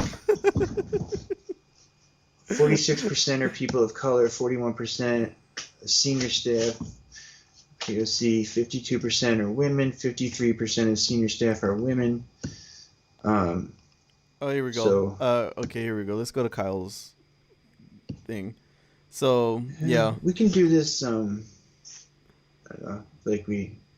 President-elect Joe Biden's team is one of the most diverse so far. 46% are people of color, 41% are senior staff are people of color, 52% are women, 53%. Yeah, Kyle's got it right. 100% of them are corporatists. I mean, we can sign off, bro. If you want to go ahead and sign off, but there was no. I'm good. I mean, I'm fine. Just looking at. Well, there was that whole shit that they brought up. Biden administration has the ear of all the amazing on-the-ground activists and organizers, says Ultraviolet Communications Director. This, this from underrepresented progressive voices. Yeah. Well, the shit that I caught here was from who's your alderman? Sposato, he sucks. I thought you had this based one. No, who? Rosanna Rodriguez Sanchez lays it down against Rahm Emanuel. She's they really shouldn't put Rahm Emanuel in the administration, but I don't think they fucking care. I think they're gonna do it. You think so? You think so anyway? I mean, they don't fucking care. Like, look what they've done so far. They just hired whoever they wanted and just rubbed it in our faces. Like, you can't. They don't want anybody to ever fail. Like, no, you don't fail. Like, Democrats are always rehabilitated. Well, this alderman seems pretty based. Not gonna lie. Yeah, she's 33rd district, 33rd ward, I think, which is, I think it's not far from here. Yeah, so when the news networks called it election for you, cheers broke out on the streets of Chicago. Matt actively participated in those cheers, no, right, bro? Just fucking around. I didn't hear any cheers. I'm sure there were cheering somewhere, but not over by me. Yeah, so the city that the current occupant of the White House has repeatedly demeaned, insulted, and threatened. It was the biggest rush of collective relief the city has experienced in 2019, when we had just rid ourselves of another craven eagle maniac with a legacy of destruction. That man was former Mayor Rahm Emanuel. Wow. Recently, we learned that were people really celebrating like that when he lost? No, I mean I feel like it was when he said he wasn't going to run again. Was when people celebrated. That's what it was. So see, recently there's that show on it about out on Hulu now about that election. I think they'll get to it at some point. But so it says we recently learned that you're considering him from a top position in your administration. Representative Alexandria Ocasio-Cortez has already warned that progressives will not accept an Emanuel nomination, which will signal disastrous direction for the new administration. Thousands of Chicagoans have signed a petition saying the same. Wait, have you signed that? Probably, I think so. Says as an elected city council member of Chicago with years as an educator and activist, living, working, and organizing in communities that have been devastated by the policies Emanuel pursued as mayor, I write to insist in the strongest terms possible that you do not choose Emanuel as a staffer for your administration. If you want to root out systemic racism, defend democracy, and build society that leaves nobody behind, all worthy goals mentioned in your victory speech, I can think of few people worse for the job than a man whose nickname, who earned the nickname Mayor 1% while in office. Ram's list of accomplishments in Chicago is enormous and brutal. Some of the highlights: Rahm Emanuel covered up the police murder of 17-year-old Laquan McDonald in 2014. Damn, Laquan McDonald's killing, Chicago police officer Jason Van Dyke shot him 16 times, including while McDonald lay on the ground. It was appalling and served as a catalyst for the Black Lives Matter movement organizing in Chicago. Emanuel clearly participated in the cover-up of this murder, perhaps the most important factor in his decision not to pursue an additional mayoral term in 2019, and dooming his political future in the city. He closed 50 public schools. Man, did this dude... What else did he do? Wow.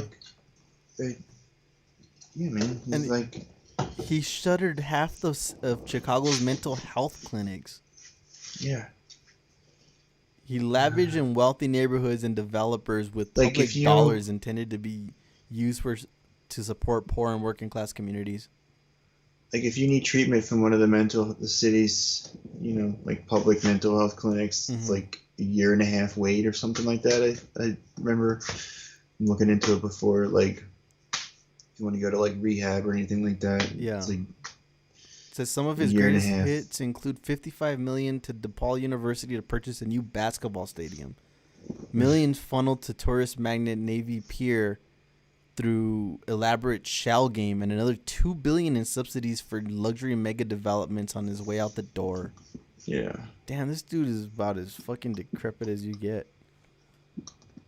And he sucked before that, man. He was the one who fucking lost all those seats for Obama in 2010. Like he was the one who was running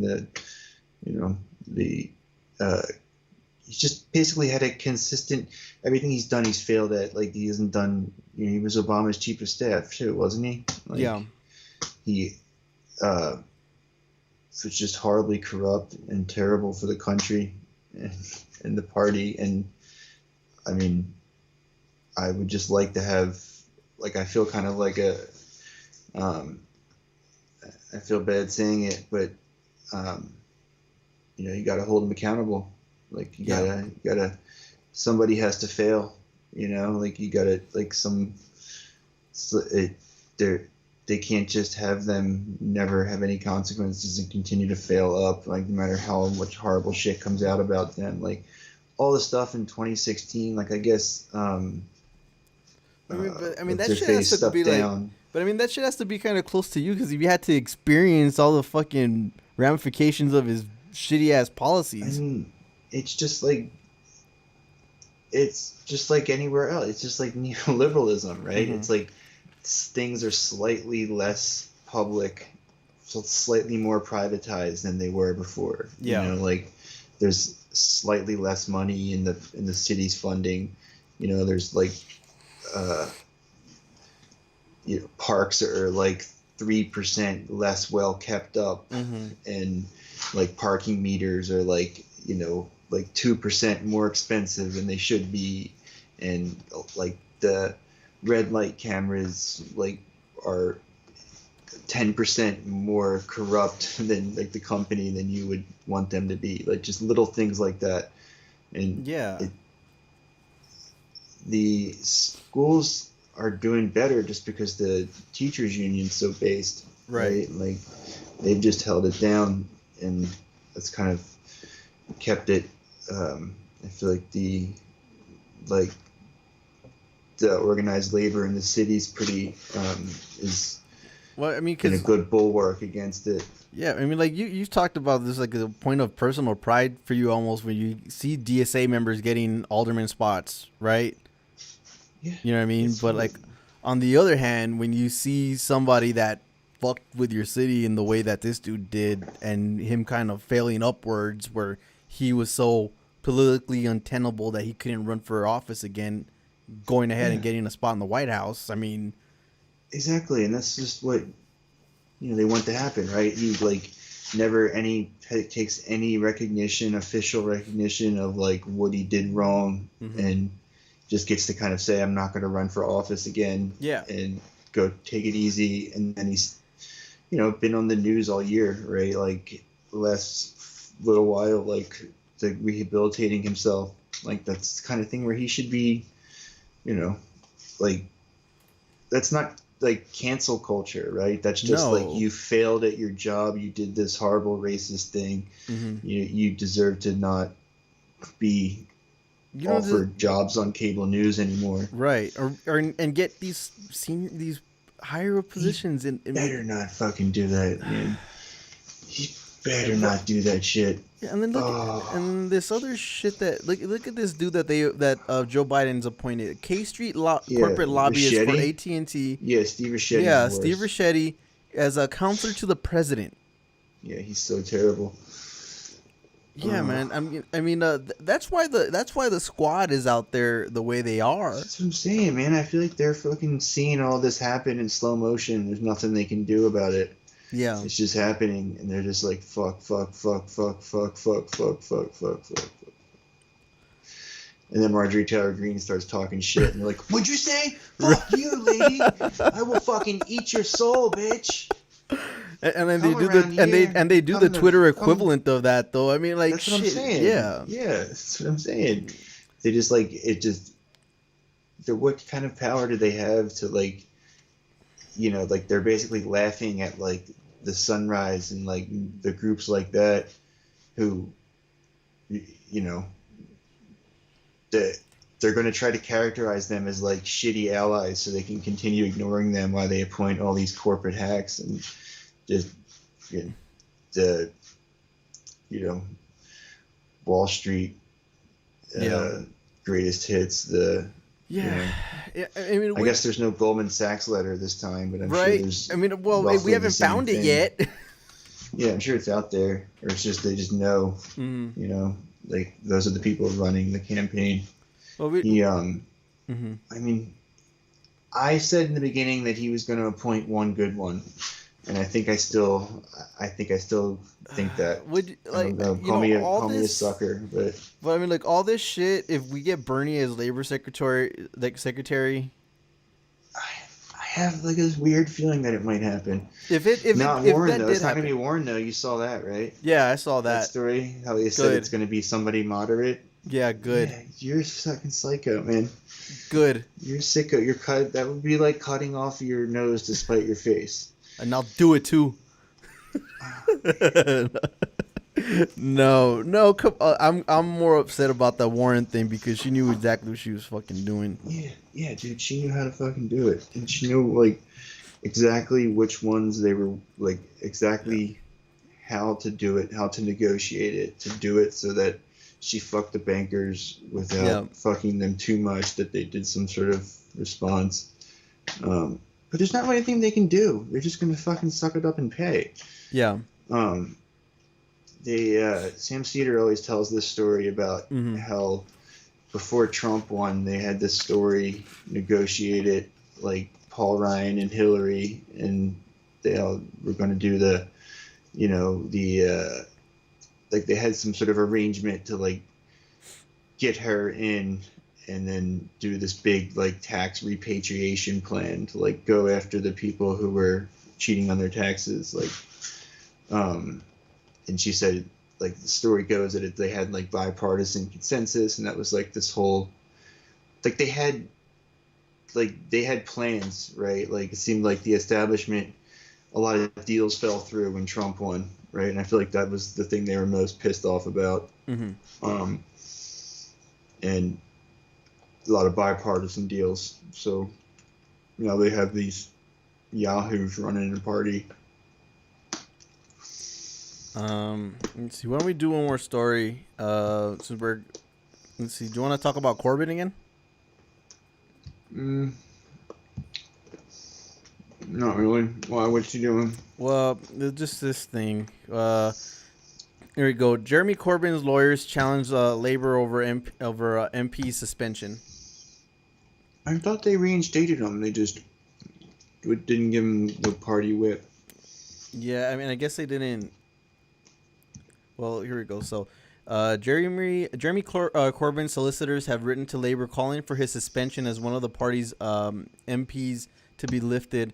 The BBC has been told the former leader was readmitted as a party member on Tuesday after a short suspension for his reaction to a report into anti-Semitism in Labor. But his successor, Sir Keir Starmer, has refused to let him sit as a Labor member of Parliament. He said his predecessor's remarks had undermined trust in the party within the Jewish community. Mr. Corbyn has been told his suspension from the parliamentary party will last for 3 months, though this can be reviewed. The BBC understands Mr. Corbyn's lawyers criticized the lack of specific timescale when the suspension took place, and he could face further investigation under the parliamentary party's rules. So, BBC political correspondent Ian Watson has seen a letter from 50 members of Labour's ruling National Executive Committee who support Mr. Corbyn to the most senior party official, alleging political interference in the former leader's case. But many members of parliament and Jewish groups stand by the decision taken by the new leader. The parliamentary chair of the Jewish labor movement, Margaret Hodge, said the move by Sir Keir has stopped her from resigning from the party. She told BBC Radio's for today's program, Mr. Corbyn is not a victim. We have been the victim of anti-Semitism. Yeah, the Labor Party confirmed the solicitor's letter has been received, but no legal proceedings have begun. Yeah. Yeah, but what do you think about Mr. Corbyn's chances with his lawyers and his suits and stuff like that? I think he'll get reinstated. I thought he already was reinstated. Well, they unsuspended him, but they didn't reinstate him as a member of parliament. Yeah, I think he'll get reinstated. He won't be able to be whipped. Like he'll he'll have he'll be in the naughty corner for the rest of his career. That's horrible, man. That's horrible the way they did that dude, man. But I mean, what do you do at that point with your own party turned against you like that? I don't know, man. He's gotten pretty fucking black-pilled. Maybe I don't know. Yeah. Probably just become like maybe just like travel around giving speeches and stuff. I don't know what else. Yeah. I mean, I don't know. What do you think? Like, I guess he could join like the Lib Dems or something. I mean, aren't they kind of like the neo-libs of the UK? So is there any kind of? But if Labor, it's like maybe they could do a switcheroo, So you like? Well, I mean, you think Corbyn kind of has like how they're doing here, but like they're not really switching here. They're just switching like marketing. Yeah. Like they're just trying to like swap. Well, do you think that? I mean, do you think that values or whatever? I mean, do you think the Lib Dem party would be any more accepting of Corbyn than the Labor Party? No, I'm just saying, like, I don't know, maybe they could have some other thing here where they, like, just, like, change their messaging, like, switch to a more populist messaging. Yeah, just, like, his name just got tarnished so badly to the point where they actually really believe that. And a lot of people actually over there, I venture to guess, believe that the anti-Semitism shit about him. I don't know, like... Yeah, I think they do believe it. I think like right-wingers believe it. Yeah. Well, I mean, the whole thing about, why he lost, I mean, a part of it was how, I mean... Lib Dems believe it. Well, I mean, the inner workings of his party to work against him, that was one part of it. And the other thing was like the what do you call it? The setting up shit like the Brexit party in certain districts just to undermine his vote.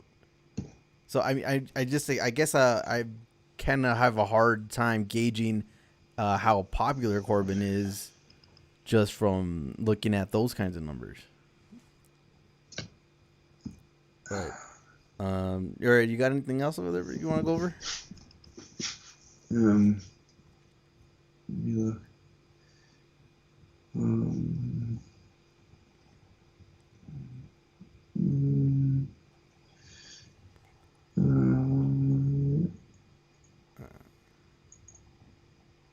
Let's see. I have. Hold on, I'm just reading something else. Let me say. Yeah. Let me check my Twitter feed. All right. I have something from local dumb guy Dave Rubin. What did Dave Rubin do? Dave Rubin was criticizing AOC's cancel student debt.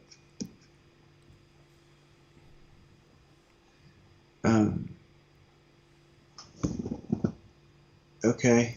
I bet you. What? I mean, is it a good take? Like what? Well, he brought up the tweet from AOC about canceling student debt, and he was Dave Rubin. You know what I didn't notice about, or I didn't know about his segments and shit? How much paid promotion he throws in the middle of all that shit. Oh yeah. I mean, yeah. I mean, the dude is such an obvious grifter. Who, I could look at Kyle's shit all fucking day and not run into one paid promotion. And I mean, I look at Majority Report. I don't look at paid promotion, or at least I don't notice it. There's whole ass segments of paid promotion in the middle of his segments. I mean, you watch a lot more shit than I do. I mean, do you notice people actively pushing products on you?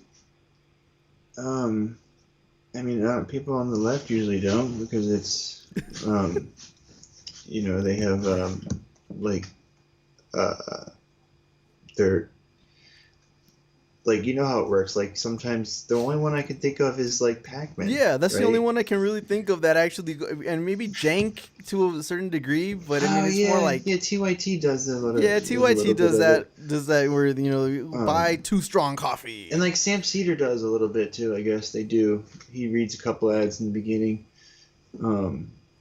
Yeah, but on this shit that, it's a 26-minute video. He runs like 4 ads. I wouldn't have a problem. Like, I don't have a problem with the way Majority Report does it. I think that's kind of cool, actually. It's kind of tactful, but right. But let me. They do like good companies that they, aren't pieces of shit. But okay, they're not like obnoxious about it. Let's go to Rave Dubin here. But he's not gonna have a good take on student debt. That's like not. No, he's gonna have a really stupid ass take on it, and I want you to shoot it down. No, I don't like doing it. Did you see? You don't want to do it. Come Biden on. will receive the POTUS account.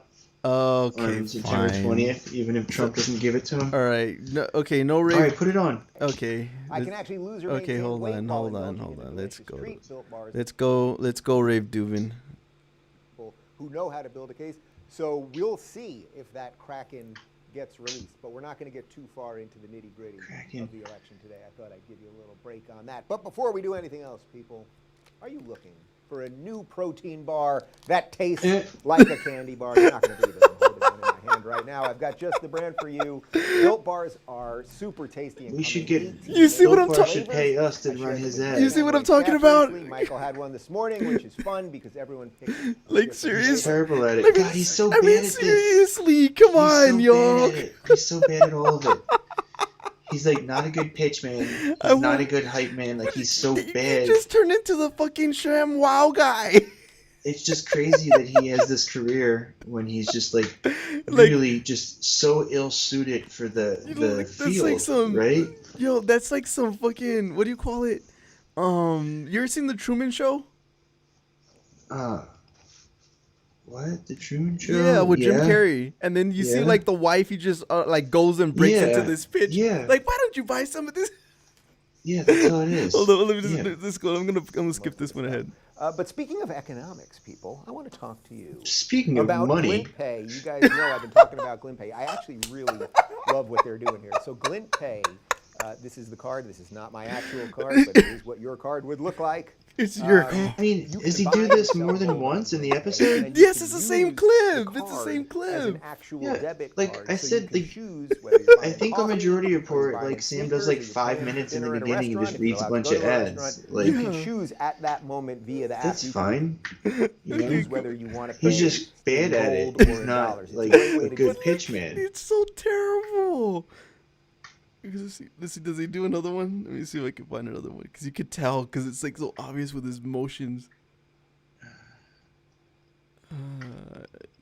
No, I can't tell. Look, let me see. Well, where does... let me go to the AOC thing. I want to hear, like, what are his other takes? Like, let's go to the AOC take first. Let's talk about this tweet from AOC. We'll throw the tweet up on the screen, and I will read it to you. AOC. Things were bad for me, so they should stay bad for everyone else, is not a good argument against debt cancellation. Student, medical, or otherwise. Hashtag cancel student debt. Okay, so let's talk a little bit about... All right, what do you want to say about the tweet first, Matt? Because it's something it's something they bring up a lot. Like you see that right wingers bring that shit up a lot, like a lot. What? Where it's kind of like the Joe Biden argument too, where he talks about it would be an insult to my dead son's memory for you to get free health care. For you to get Medicare for all. Right. Yeah.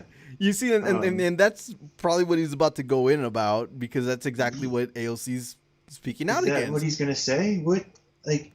I mean, it's like my argument to you. It's like my argument to you about the prison abolition, right? It's like the thing in your head is about like wanting to punish them, like kill the cop in your head. Right? She threw a dog, man. A puppy.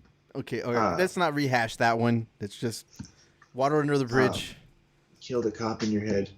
All right, and that's what Joe Biden doesn't want to do. He doesn't want to kill the Wall Street banker in your head. He wants that Wall Street banker to constantly be on your heels, like threatening to like chop you down, and you can't be giving anything nice. You can't have anything nice. Like you only have to have shit.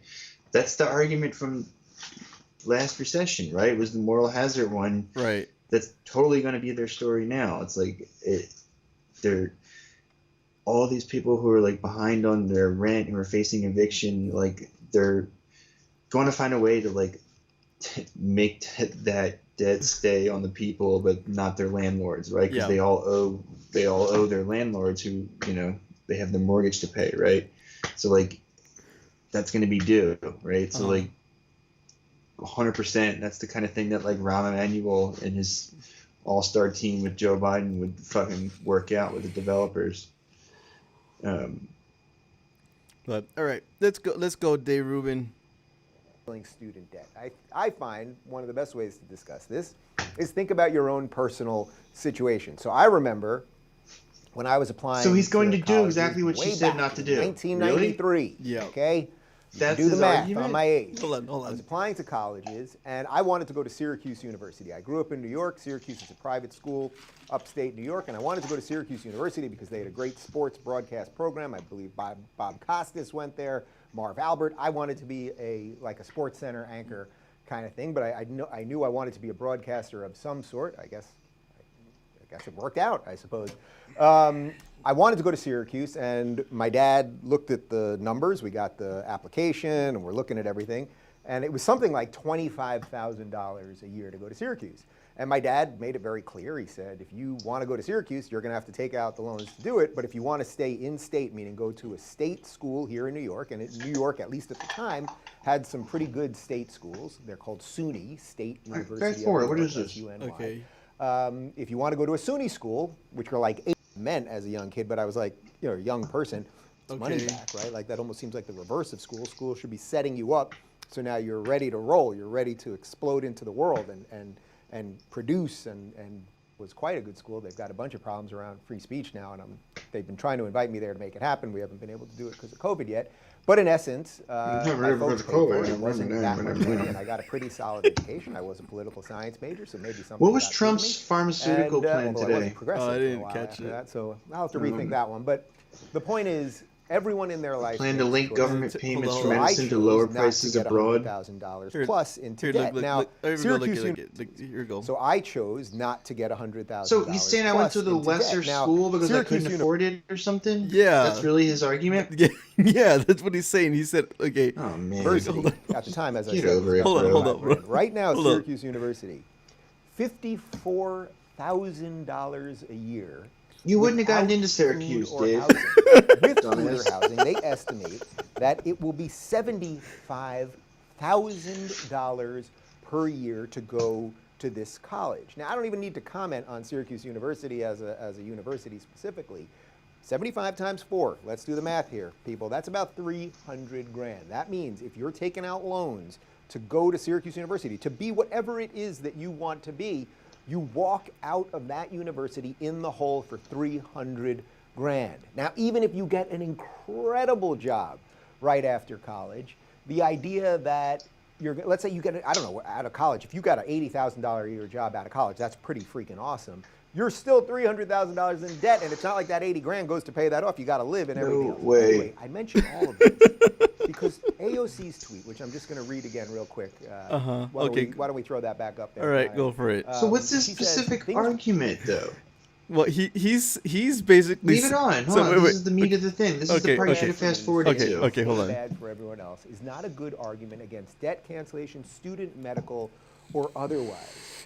Yes. Everyone makes choices in life. And if you choose to go into a lot lot of debt, well, then it's on you to pay You it just off. explained the That's economic factors there's an why irony here because it's the a implication, predatory this is what progressives do in arrangement. almost every policy. And then you're going to justify it. Yeah, okay, hold up. You just pinpointed exactly the oppressive, predatory nature of the student. He went accidentally left wing again.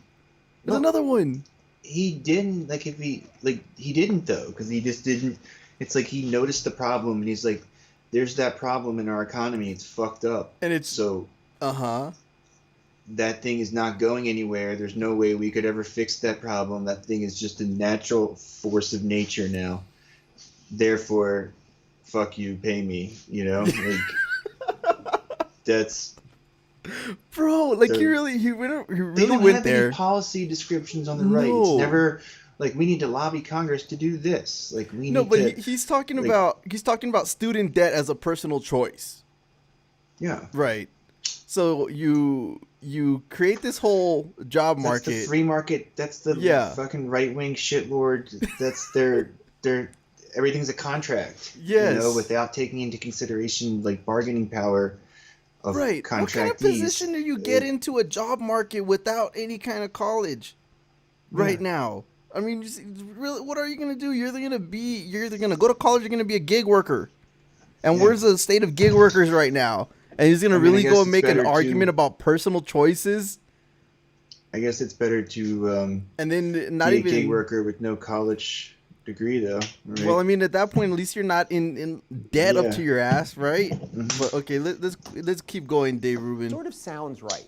Cancel student debt. Students have it tough.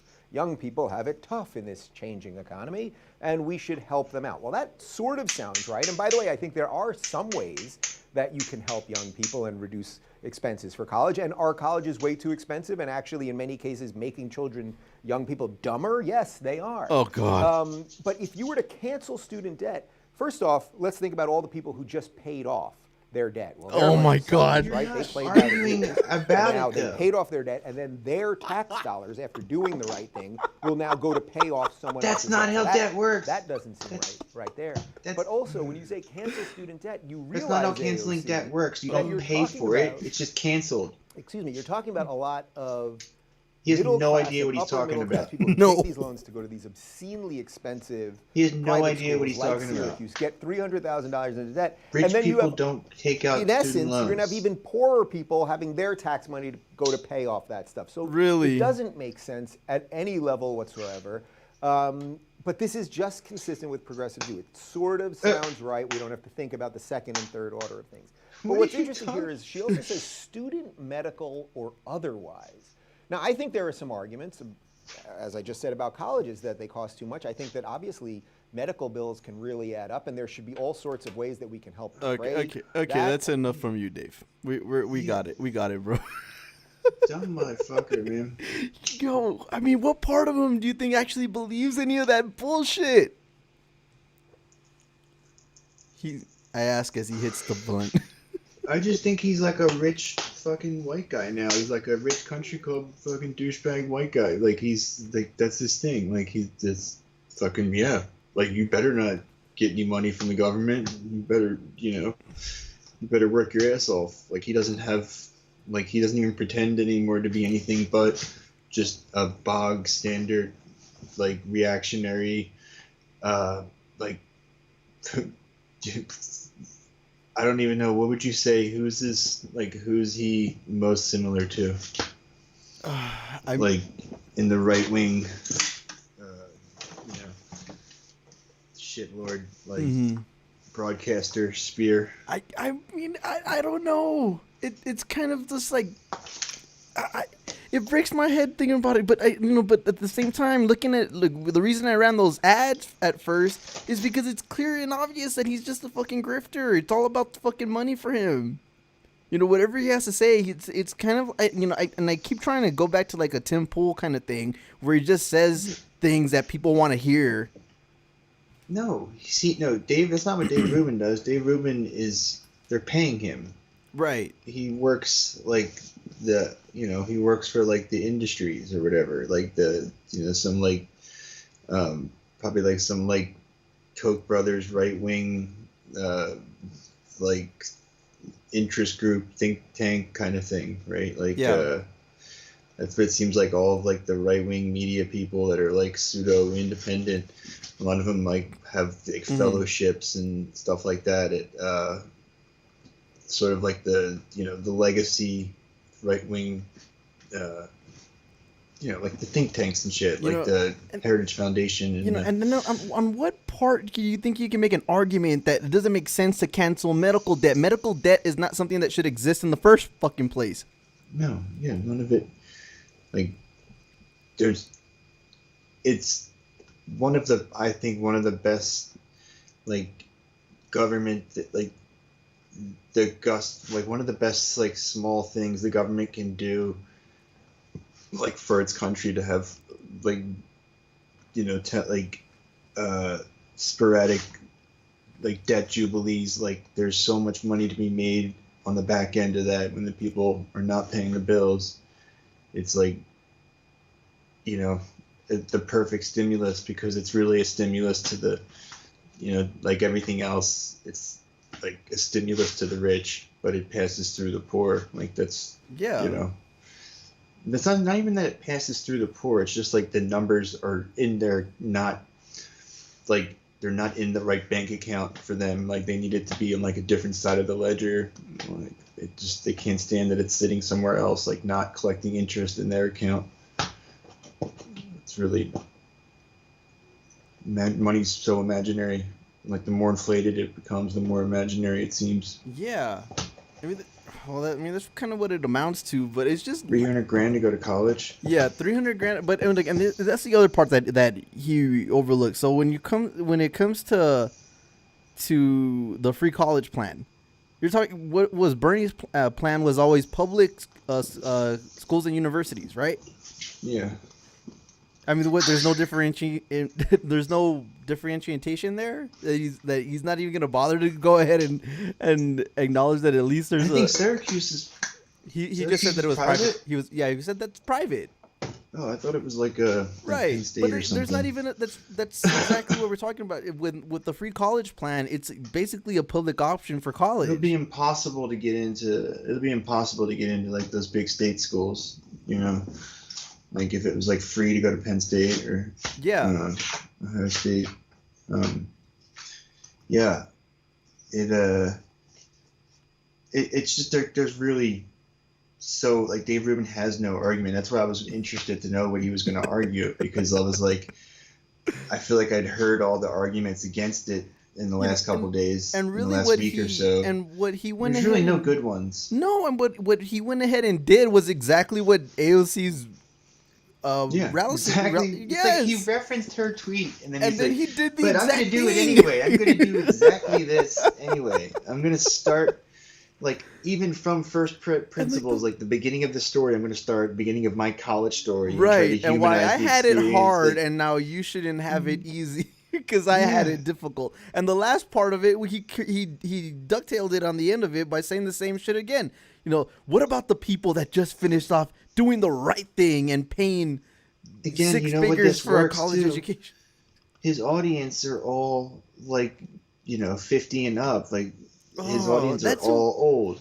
That's right? who watches him. Same with like Charlie Kirk. You know, like they're all like they make them seem like they have a younger audience, but really it's just all boomers. Well, that's like, right. Is Shapiro the same way?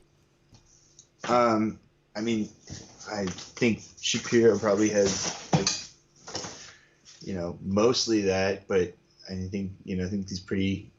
think he's pretty like universally beloved.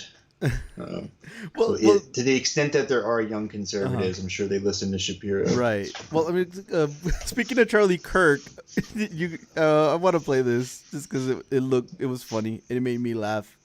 I felt good inside watching Charlie Kirk be a fucking wreck. We're on Thanksgiving. Yeah, here we go. This is awesome. We get a fucking 2 wars this year. Here we go. Like, I'm gonna fucking the left has always hated Thanksgiving. Yeah. Thanksgiving can be interpreted as a religious holiday, giving thanks to a creator. But they hate Thanksgiving because they believe there is nothing you should be thankful for in America. This is an awful place. It is cancerous, rotten to the core. Tear it all down, burn it from within. Why would you be thankful? Instead, we need a revolution. Remember, as the Students for a Democratic Society radicals once wrote in the 1960s, they said, conflict is the origin of everything. What happens when you're thankful? By definition, you're less likely to be involved and engaged in conflict. Dude, Thanksgiving is supposed to de-escalate any sort of pre-existing issues in our country. And now they're using the virus as an excuse for you not to be thankful. Oh, Jesus, dude.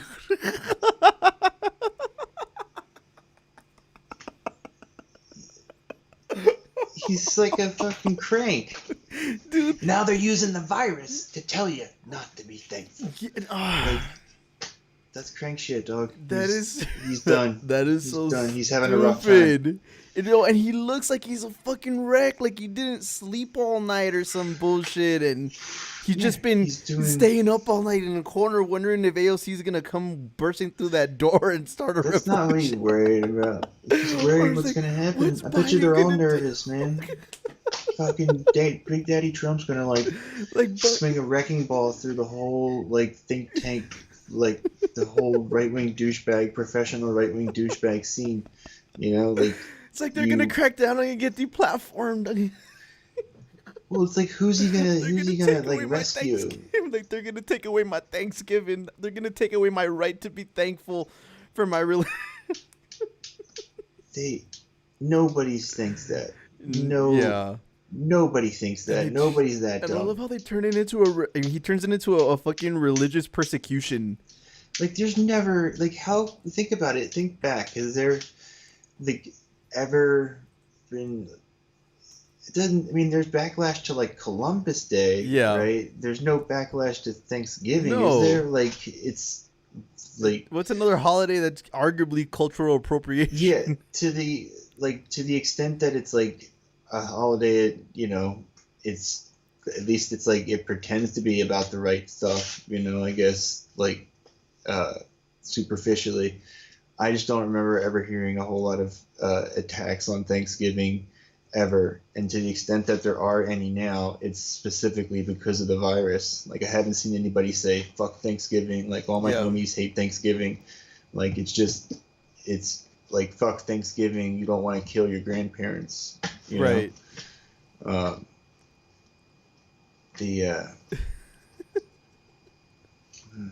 I mean, do you think there's again? I don't know if these people are just being performative. Like Dave Rubin for sure is. Dave Rubin for sure is being performative. No, I think, Charlie Kirk, I don't know. Yeah, no, those two are. They're definitely. I feel like they're paid and told what to do. Yeah. Right. I don't think I don't think everybody is. I think some of them are kind of more on their own. You know, I think like Rush Limbaugh, like Mark Levin, like the older kind of right-wing talk radio guys have a little bit more of a leash. But people like him, like he's like paid to make that podcast probably for somebody pays for it, you know, somebody specifically. The same thing like kind of like Candace Owens, right? Like she's paid to go out there and chill. Well, I think she does like mostly like paid engagements, right? Right. I think they pay her to go to like on speaking tours and stuff. Yeah. Yeah, that's what Charlie Kirk did too, right? So yeah, somebody pays for every event they go put on somewhere, right? And they charge whatever, like $20 a ticket or something. Or if anything, right? Are those shows free? Does Charlie Kirk charge when he goes to speak at a college? I'm gonna go ahead and say he probably does. I think of all of them, I had to go ahead and rank them. Probably Dave Rubin is the one that is most about getting paid. You know, I mean, just from gauging how they go about their business, but no, I mean, it just makes me wonder what their actual thoughts are on a lot of this shit, because it can't be that they actually believe any of that crap. It's a bunch of fear-mongering bullshit. I mean, to a certain extent, they're also just kind of like, you know, like kvetching, like, you know, offering their, you know, their condolences, like, for this, like, old alienated boomers who, like, they're... You know, like if they're into like reactionary politics like that when you're old, it's like you're probably have a lot of you know, grudges with other people. Like your kids probably don't call you, and you're you know, if you're listening to a Dave Rubin podcast, you probably got a lot of misery. What is it, like a substitute for your? It's like old man shakes fist at the sky. You know, it's like what I mean. Do you think it's like a grandson substitute? Oh, that Dave Rubin. Yeah. You know, my grandson doesn't come visit me, but at least I have that Dave Rubin to watch on YouTube. That's fucking ages. That's what it is. That's my fault. But I think that's something like that going on. Yeah, maybe. All right. I know definitely for Charlie Kirk that's the case. I know Turning Point USA, it's like their audience is like 45 and up, and they're supposed to be like the college speaking group. Yeah, that's what I was saying. I bet you they don't charge for tickets. I feel like they just want kids to show up. Well, that's true. But all right, I got one more clip. I got AOC calling out the Senate, and then you have to probably just go ahead and sign out. So we have coronavirus. Let's go. You know, I want to address some of the claims, because yesterday I said that we need to make sure that people get economic relief due to these shutdowns. And I was surprised to hear so many Republicans now concerned about how we're going to pay for it or using other people's money. But The Senate Majority Leader wasn't concerned about other people's money when he authorized a $4 trillion leveraged bailout for Wall Street in March. There we go. He wasn't concerned about where that money came from. He wasn't concerned about how we were going to pay for that. It is only when we are talking about relief for working people, for children, for families, for parents, for education, for health care, that all of a sudden we can't pay for any of these things.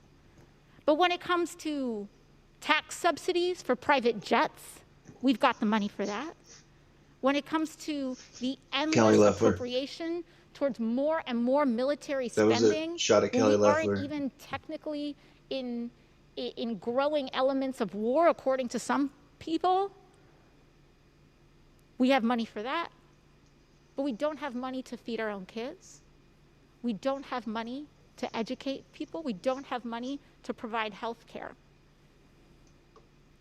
But we have money for private jets. We have money for tax loopholes for yachts. We have money to incentivize stock buybacks. We have $1 billion to invest in research and development for a vaccine, which was proudly invested in and a good use of public funds, just for pharmaceutical companies to take these publicly developed patents, or publicly developed drugs, rather, and then sell them back to the public at no discount so we don't even get a return on this investment. How is that fiscally responsible? Yeah. You know, she's talked about that before when it comes to research and development for pharmaceuticals. Yeah, it drives me nuts. Yeah. That's the argument for CAP, or that's the one argument they have for the private market in healthcare is innovation. Right. Know? Innovation. But then the other part of it, I mean, like, you know, you got to think about it as a personal investment. If you're investing in somebody's company, right? If you take your money and you go ahead and you finance some kind of development or some kind of project or some money-making venture for anybody, right? You're making a private investment in somebody's small business, for example. Yeah. And then you don't even get that money back. What kind of investment is that? It's supposed to be a public investment, right? And then on top of that, they go ahead and they charge you full price to go ahead and buy that product once it's successful. Yeah, it's always driven me nuts, man. You know, that's the system in which we operate in. Yeah, it's what she said. It's not fiscally responsible. It doesn't make any business sense. No, it's like strictly done. The more I look into it too, the more it kind of seems like that's just everything the government does. Like every instance is like they use public funds as like an investment, like bridge loan for these private industries to get their product to market, you know, and then they go get their product to market. It's like they take research projects from like, you know, public universities and just all kinds of like government assistance all along the way, you know. It's like socializing not just the losses but also like the R&D costs. Exactly. You know? Exactly. You know, because we already know that they subsidize their losses with public funds, but now it's even a step further than that when you're also socializing the costs. You're socializing the costs of in this case, we're talking about a COVID vaccine that's much needed, that people are would be clamoring for at this point because of how bad things have gotten. You know, and then a lot of people are betting are waiting on the price gouge on the way, or at least you and I know we're expecting there's going to be a price gouging once that shit hits the market. That vaccine better be free, man. Yeah, that vaccine better damn well be free. It was they're going to rip the government off. Yeah, they're going to charge the government a fortune for it. You see, like that's some bullshit. You know, how are you going to go and charge the government or the taxpayer when they got the money to develop the motherfucker with our money to begin with? But yeah. I mean, I don't know. It's Trump just did this thing, the most favored nations, which is like he's been talking about this the whole time he was in office, and he just did it like right at the deadline. And I'm trying to see what it kind of entails, because it looks like Trump kind of owned himself a little bit. I'm not sure. So he thinks that the pharma companies like slow walked the vaccine in order to help Biden. The news of it, yeah. He thought that they. That's what everyone said too. I mean, at least that's what I said, right? Yeah. Like he came out like the week, like the day after or whatever. Drug companies don't like me too much. Well, you should watch this clip. Oh, here's it. All right, we'll watch one more clip, and yeah, we're gonna come up on 4 hours on the stream already, bro. So let's sign up after you pass me this one. I know I keep saying that, but yeah. But thanks everybody for sticking around for as long as you are, because we haven't really dropped in any viewers too badly. You got it? Just loading the feed.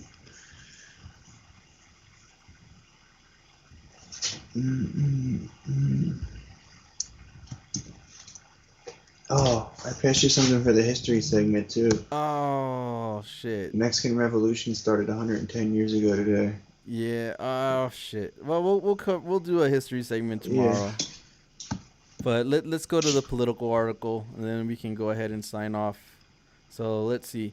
Trump unveils plan linking drug payments to cheaper overseas prices. So Friday is also the last day the Trump administration can release a rule that could be finalized in 60 days before Joe Biden assumes office. There you go. You don't have to read the whole thing. Yeah. So, yeah, there's a plan here to link government payments for medicines to lower prices paid abroad, and another to eliminate rebates in a last-ditch effort to deliver on a 2016 promise to slash drug prices. Well, it seems like there's an unusual scramble to release the sweeping drug prices rules just 2 months before the presidential term comes to an end, amid Trump's frustration with the pharmaceutical companies that he believes slow-walked the positive coronavirus vaccine news. 3 sources familiar with the discussion told Politico this week. So yeah, the president reiterated those claims at a press conference on Friday, accusing Pfizer and others of delaying vaccine trials results for political reasons without offering evidence to support the accusation. Of course he didn't. Of course he didn't have evidence. The drug companies don't like me too much, but we had to do it. I just hope they keep it. I hope they have the courage to keep it, because it's a powerful drug lobby. Big Pharma is putting pressure on people like you wouldn't believe. You see, where was that all campaign? Yeah. You know, like, I mean, come on, bro. Like, I won't read the whole thing, but okay. To what he's saying. What the fuck he was thinking? What he was thinking. Look, to what he's saying, there might be something to that, where maybe they did slow out a little bit of the rollout. You know, there might be. I mean, the thing is, it's like it wasn't going to be ready. But it was never gonna be. It was never expected to be ready before the end of the year, right? And it was gonna. Probably just didn't want to deal with Trump because he's such a psycho. So I'm just gonna wait till after we lost. Right, and even then, we're talking about what, a week after, maybe, and damn, if they had just I wonder if they'd waited a little bit longer to put the info out. Would it have been? Would you think it would have made enough of a difference in all these states? Because he said he just set the deadline. It had to be 60 days. Before the end of the term or whatever. Right.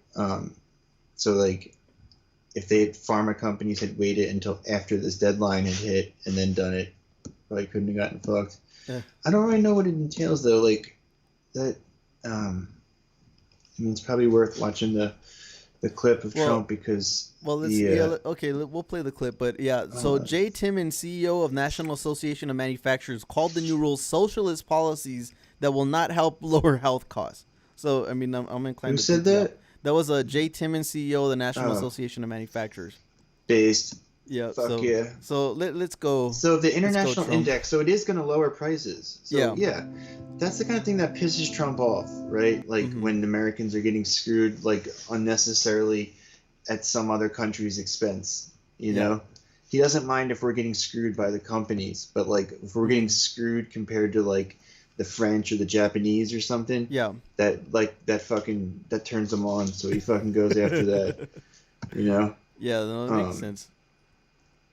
and it's like, is this a commercial? Yeah, there's a commercial. Not gonna run that commercial. All right, here we go. Yeah, this is space, dude. Okay, let's see what he has to say. Thank you very much. This is a very big announcement, the biggest. Why didn't he fucking do this before the drugs election? and drug pricing. Why didn't he do this before the election? Yeah, it all did it. You could have done it. I tell you, it's a great honor What for the me to fuck, announce Trump? that my What? administration Are you is serious? issuing 2 groundbreaking rules to very dramatically lower the price of prescription drugs for the American people, especially for our cherished seniors. The first action will save American seniors billions of dollars by preventing middlemen, famous middlemen they call them, from ripping off Medicare patients with high prescription prices. Okay. The second rule we're finalizing today will transform the way the U.S. government pays for drugs to end global freeloading on the backs of American citizens and American patients.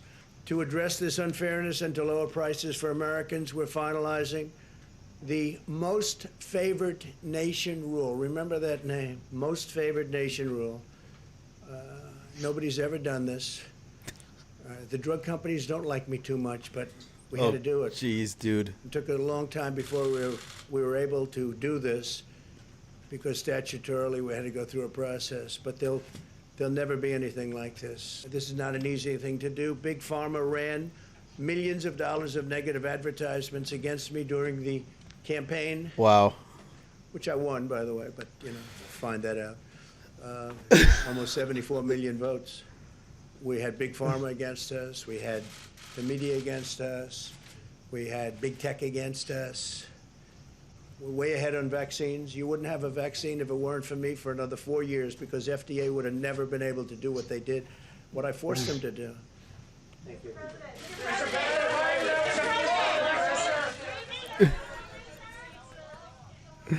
Okay. He just walked off like that? Rewind that real quick. Can you see the very end? What, like how he just walked off? Yeah. Was there a cut anywhere in there? Yeah, there was a cut. Yeah, see, it cut. Oh. Okay. Yeah. So it's linking the prices to an international index as one of the it's a slew of ambitious proposal to his 2018 blueprint to lower drug prices. So that's what it's gonna do.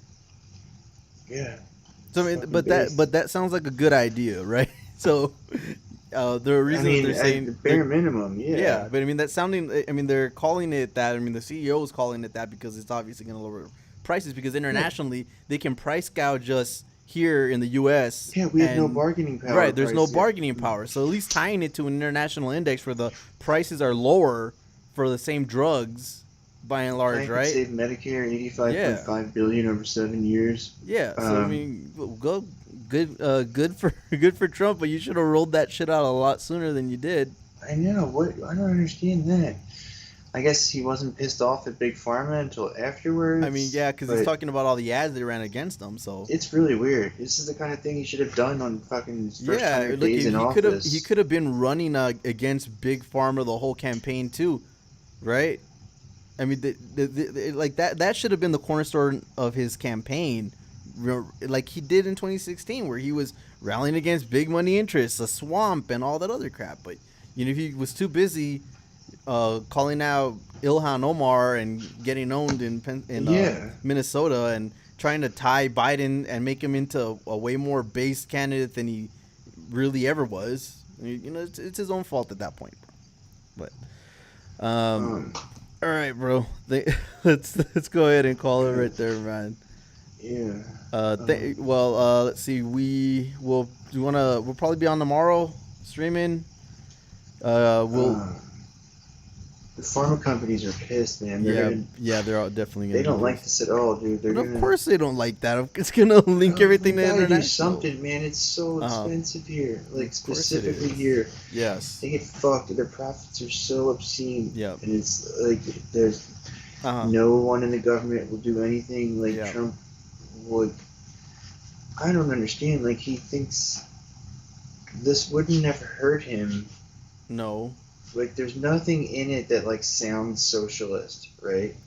There's nothing in it that like that like the right would have demonized him for, right? No. And I mean, I guess the libs probably would have tried to frame it. God, that would have been, he would have owned the libs so hard if he had done this. Like, think about it. It's a missed opportunity. It wouldn't. There's no way that they would have been able to argue. I mean, Biden would have had to run to the right on this. I know. That's what I'm saying. Why would they have done that? It's so fucking bizarre. Yeah. I don't think he wanted to win. I really don't. I think this is all.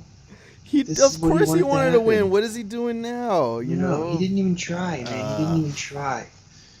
He did not even try. All right. He fucking gave himself corona just so he could beat it. He gave it to his sons. He gave it to his whole family. Well, okay, so he didn't everybody. have to win.